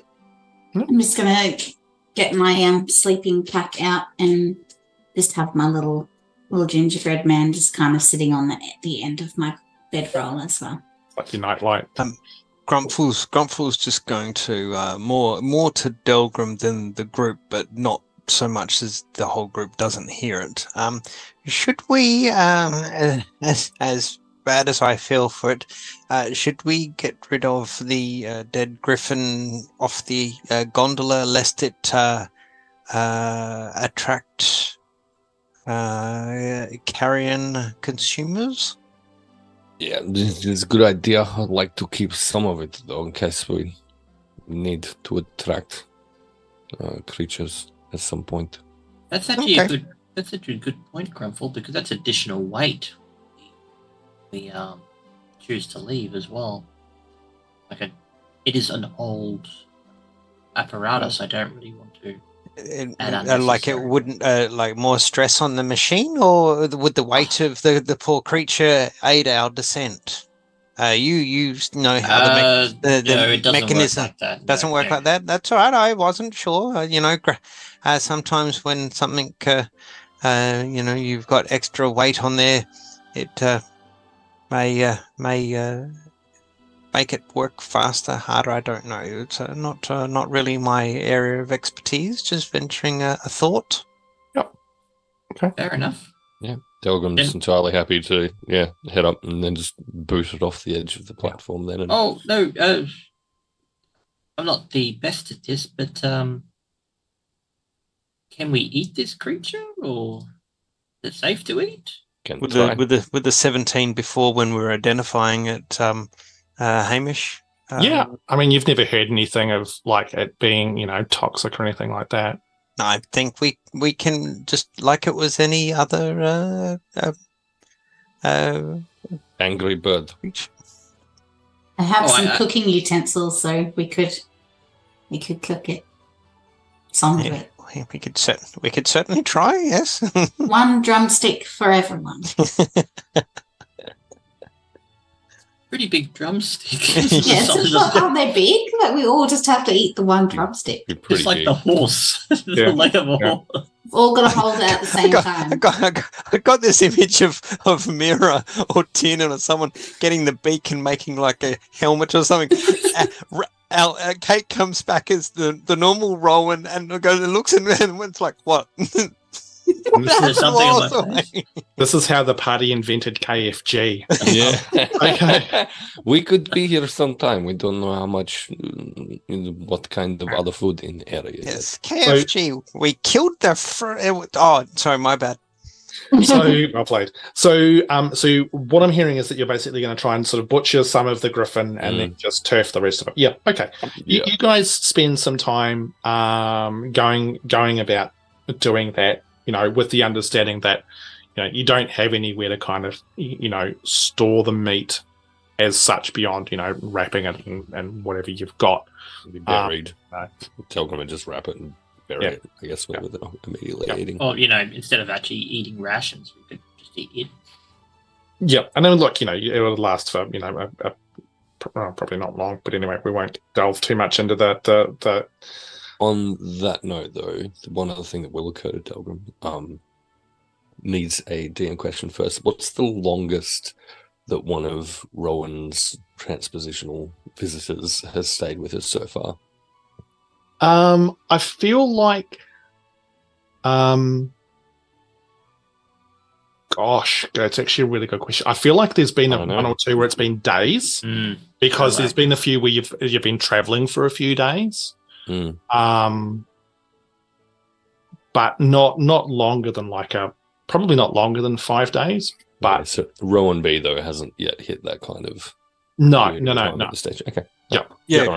Most Gurlak's first visit was not even a full day. It was like a morning till afternoon or something. Yeah. And see, I think Thea's one was comparatively short, but I think the last Gurlak one was a few days kind of thing. So, there's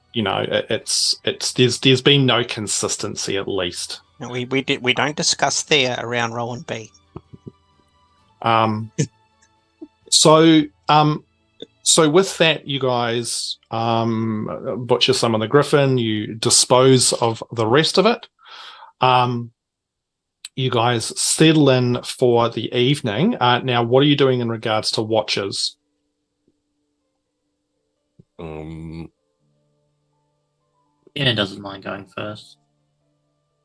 May I suggest, instead of our normal format of single watches, perhaps 2 each watch or an overlap, so that there is more than one person on watch, considering those griffins, the other griffin may return. And also strange goat. And be on the special lookout. Yes, we saw strange rabbit eating goat. I'm sorry. Hang on. That sounded like now it may have been some slang that I've not heard of, but it sounded like you said a rabbit eating goat. Yes, this is not slang. It's goat eating a rabbit. Carnivorous goat. Is there a punchline to this? Or no, you're serious. You're serious, right? Okay. Big goat. Right. Okay. Yes.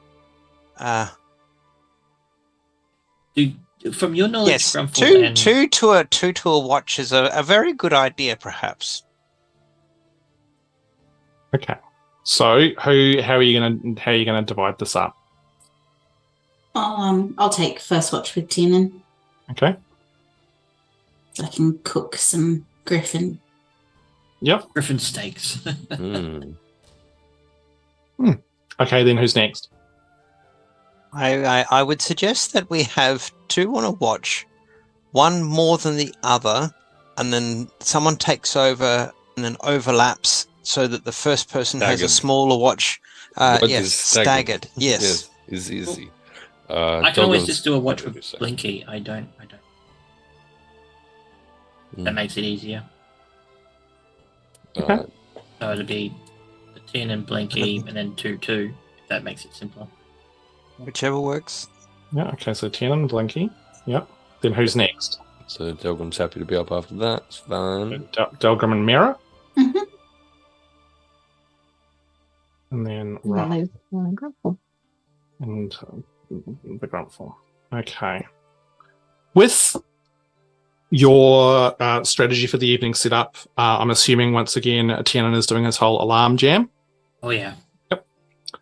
You guys settle in for the evening, high up in the Scimitar Mountains, on the very edge of this small, ancient village, prepared for the following day to go forth searching and see what might lie beyond here. If you finally reach the gem mines, is there other things laying ahead of you? But I think for now, that's where we're going to call it an evening, and we're going to find out what's going to happen in 2 weeks' time. Amazing. Awesome. I love Thank you very finishing on much. like a nice, restful evening. It's like it feels so refreshing. Next minute we start hearing goats screaming. Yeah. Why do you think I worked out watches before we called it Yeah. end of the session? Screaming goat. Yeah. Off in the Question. distance, you can hear the sound of the Bodyguard song playing for some reason. Anyway, What would happen if Rowan B got eaten by a goat in this reality? Well, Uh, there's only one way to find A out. goat in her reality would explode. Wow. I'm just wondering because if there's no replacement, can the other? These are questions. Yeah, Can just- Rowan just- actually come back? Does the corpse go back? Like, again. What if there's no corpse? What if it's been completely? Look, these are Oh. mysteries. Maybe the goat goes back. Ooh. Or maybe, what? Gosh. Hey, so- speaking of the goat, Yeah. So as always, at the conclusion of our sessions, as a bit of a wind down and decompress, we do a quick whip around of everyone's favorite moment, favorite times. Who would like to volunteer to kick us off? I would like to volunteer. Yes, Cass. Oh, Go okay. first. You would Thanks. like to volunteer, Cass? Perfect. Thank you. You've been voluntold. I thoroughly enjoyed the second or the backseat driving of Delgrim and Grumpfel while Tiernan was trying to fix things. I thought that was brilliant. I really enjoyed that. And I also really enjoyed seeing a hardcore Rowan. Tanky, knifey, stabby. Yeah. Good rolling-y. Yeah. Go those crowds. Absolutely. Yeah. Yeah.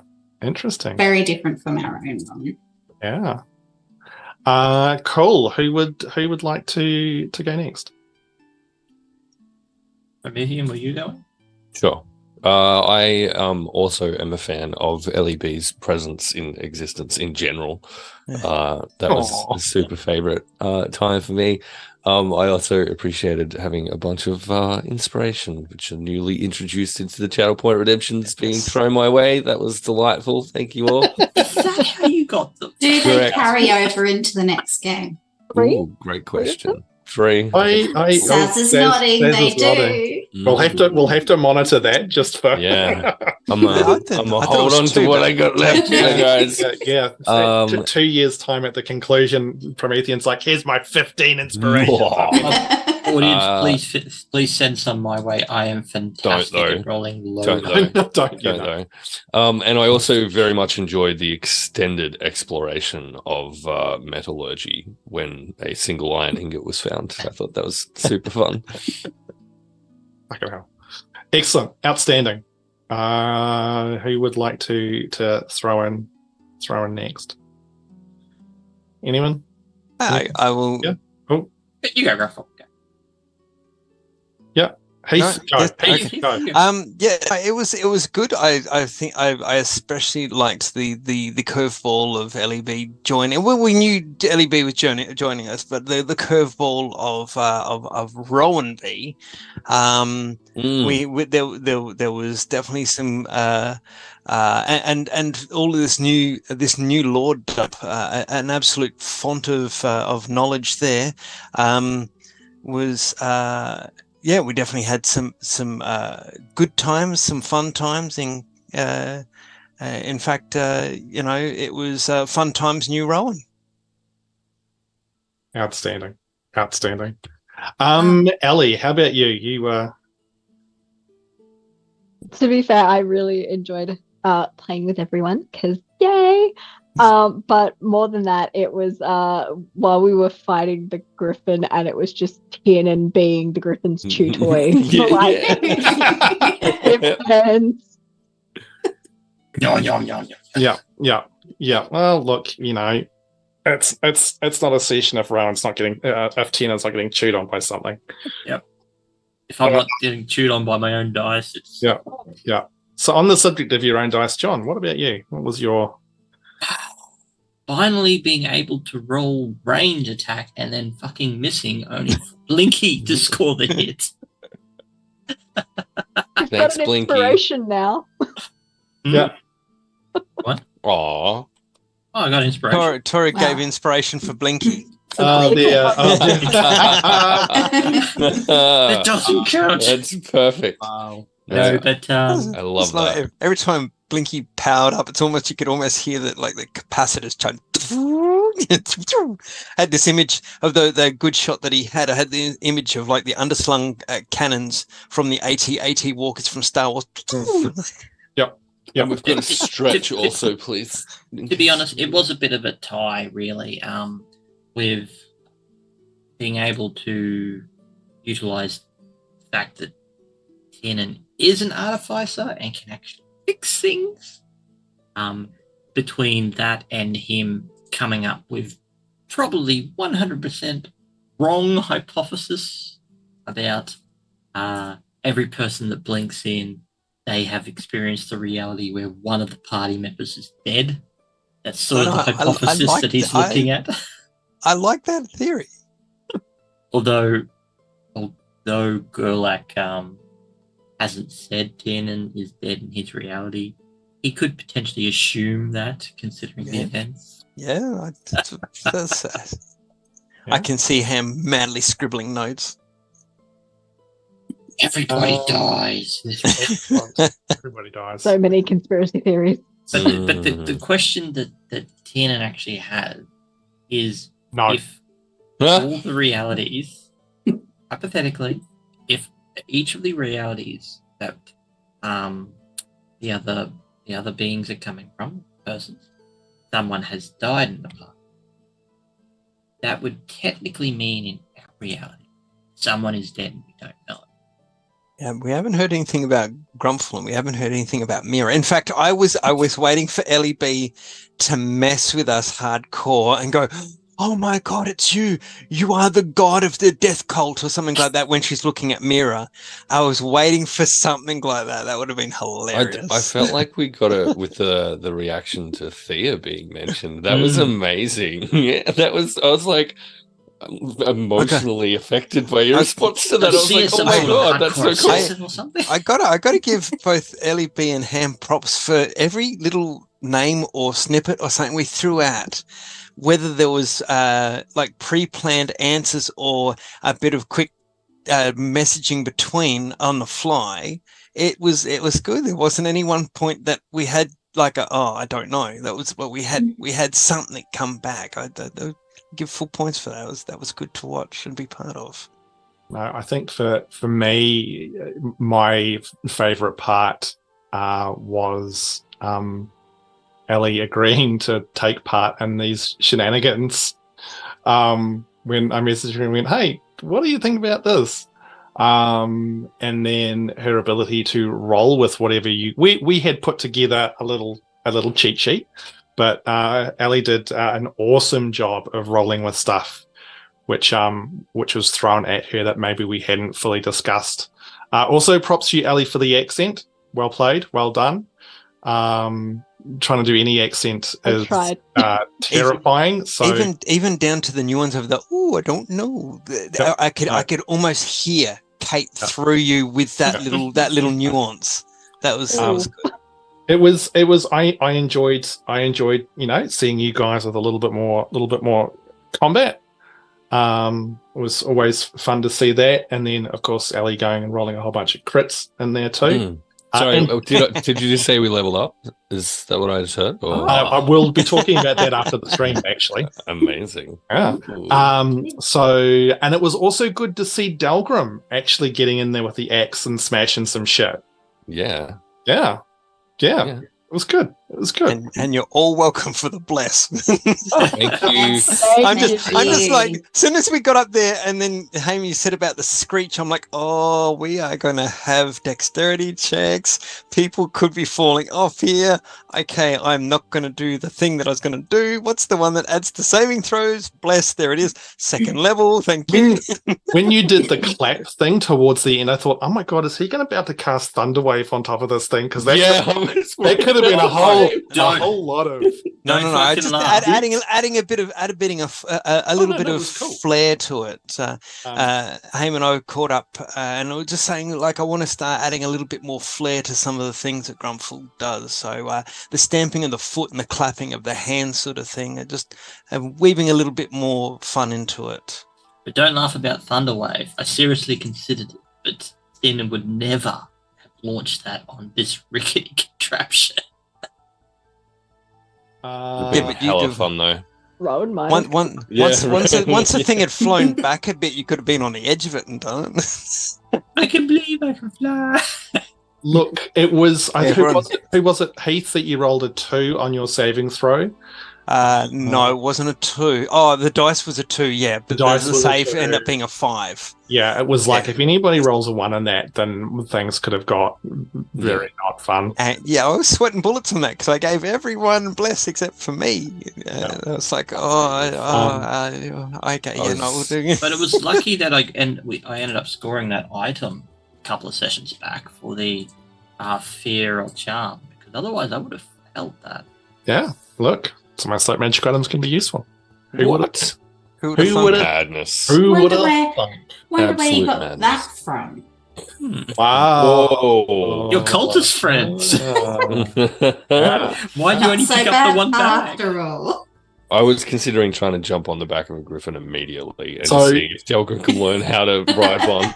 So there was, when I was setting this encounter up, a part of me was just like, oh my god, Delgrim's so going to try and jump on one, and I'm really not sure where that's going to end up. I wanted to so bad, and I was like, how can I make this I can't make this make sense. It's I unfair. was like, oh my god, this could be both the greatest and the... Okay, so Prami, what's your new character that you're going to introduce to the campaign going to be? Delgrim Grapple Griffin thing. Rider. Yeah. Like the- now. You character my ass. Now I just have a pet griffin in your face. Well, look, I mean, there's still one that's alive out there somewhere. It's true. And it's pissed off. The one that got away. And This time it's bad. Okay, look, we're going to wrap it up there. I think we've got a rating target, but as always, thank you to everybody in the chat who's hung out with us tonight. You have chosen to spend your time with us, and people's time is incredibly valuable, so we really appreciate you for choosing to hang out, and we hope that you've enjoyed this and found the session entertaining. Join us again in a fortnight, where we will be seeing what lies beyond the edge of this small village, or what also lies within the village itself. Ali, thank you so much for joining us. It's always awesome having you partake. Again, thank you so much for being a co-conspirator in all of this shenanigans. Thank you, Saz, for everything that you're doing in the background. You're awesome.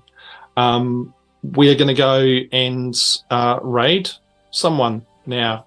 But before we go, don't forget to check out the that Fallout RPG stream. Yes. I am aware of who the cast are, and I am aware who the game runner is, and it's a pretty awesome. Yep, absolutely. Advent calendars. Get in there, yes. or you'll miss And out. if And you if you wish. miss out, you will regret the rest of your life forever. It's so cool opening an entire set of dice every day. Yeah, over the course it's of the month. like It's amazing. Yeah, so many dice to roll poorly with. It's incredible. Mm. All right, Get mine. we're going to go and raid Punk Linux. Is that? I don't know. I only saw the name. Was that the name? No. Punk it's not. Linux. I I- was laughing, so probably I, not. I totally read that as pun Kleenex, but that's okay. No, that's something very different. We're going to go and raid someone really awesome. So come in and Punkle Punkle There you go. There you go. Isn't that a type of bread? Punkle, I think. I don't know. Punkle My It is. brain- It's definitely Punkelnick spread. Germans, I think. Pumpernickel. Saz, do you want to hit the eject button before we spiral even more out of Evolved control? into Isn't that the guy that I don't know.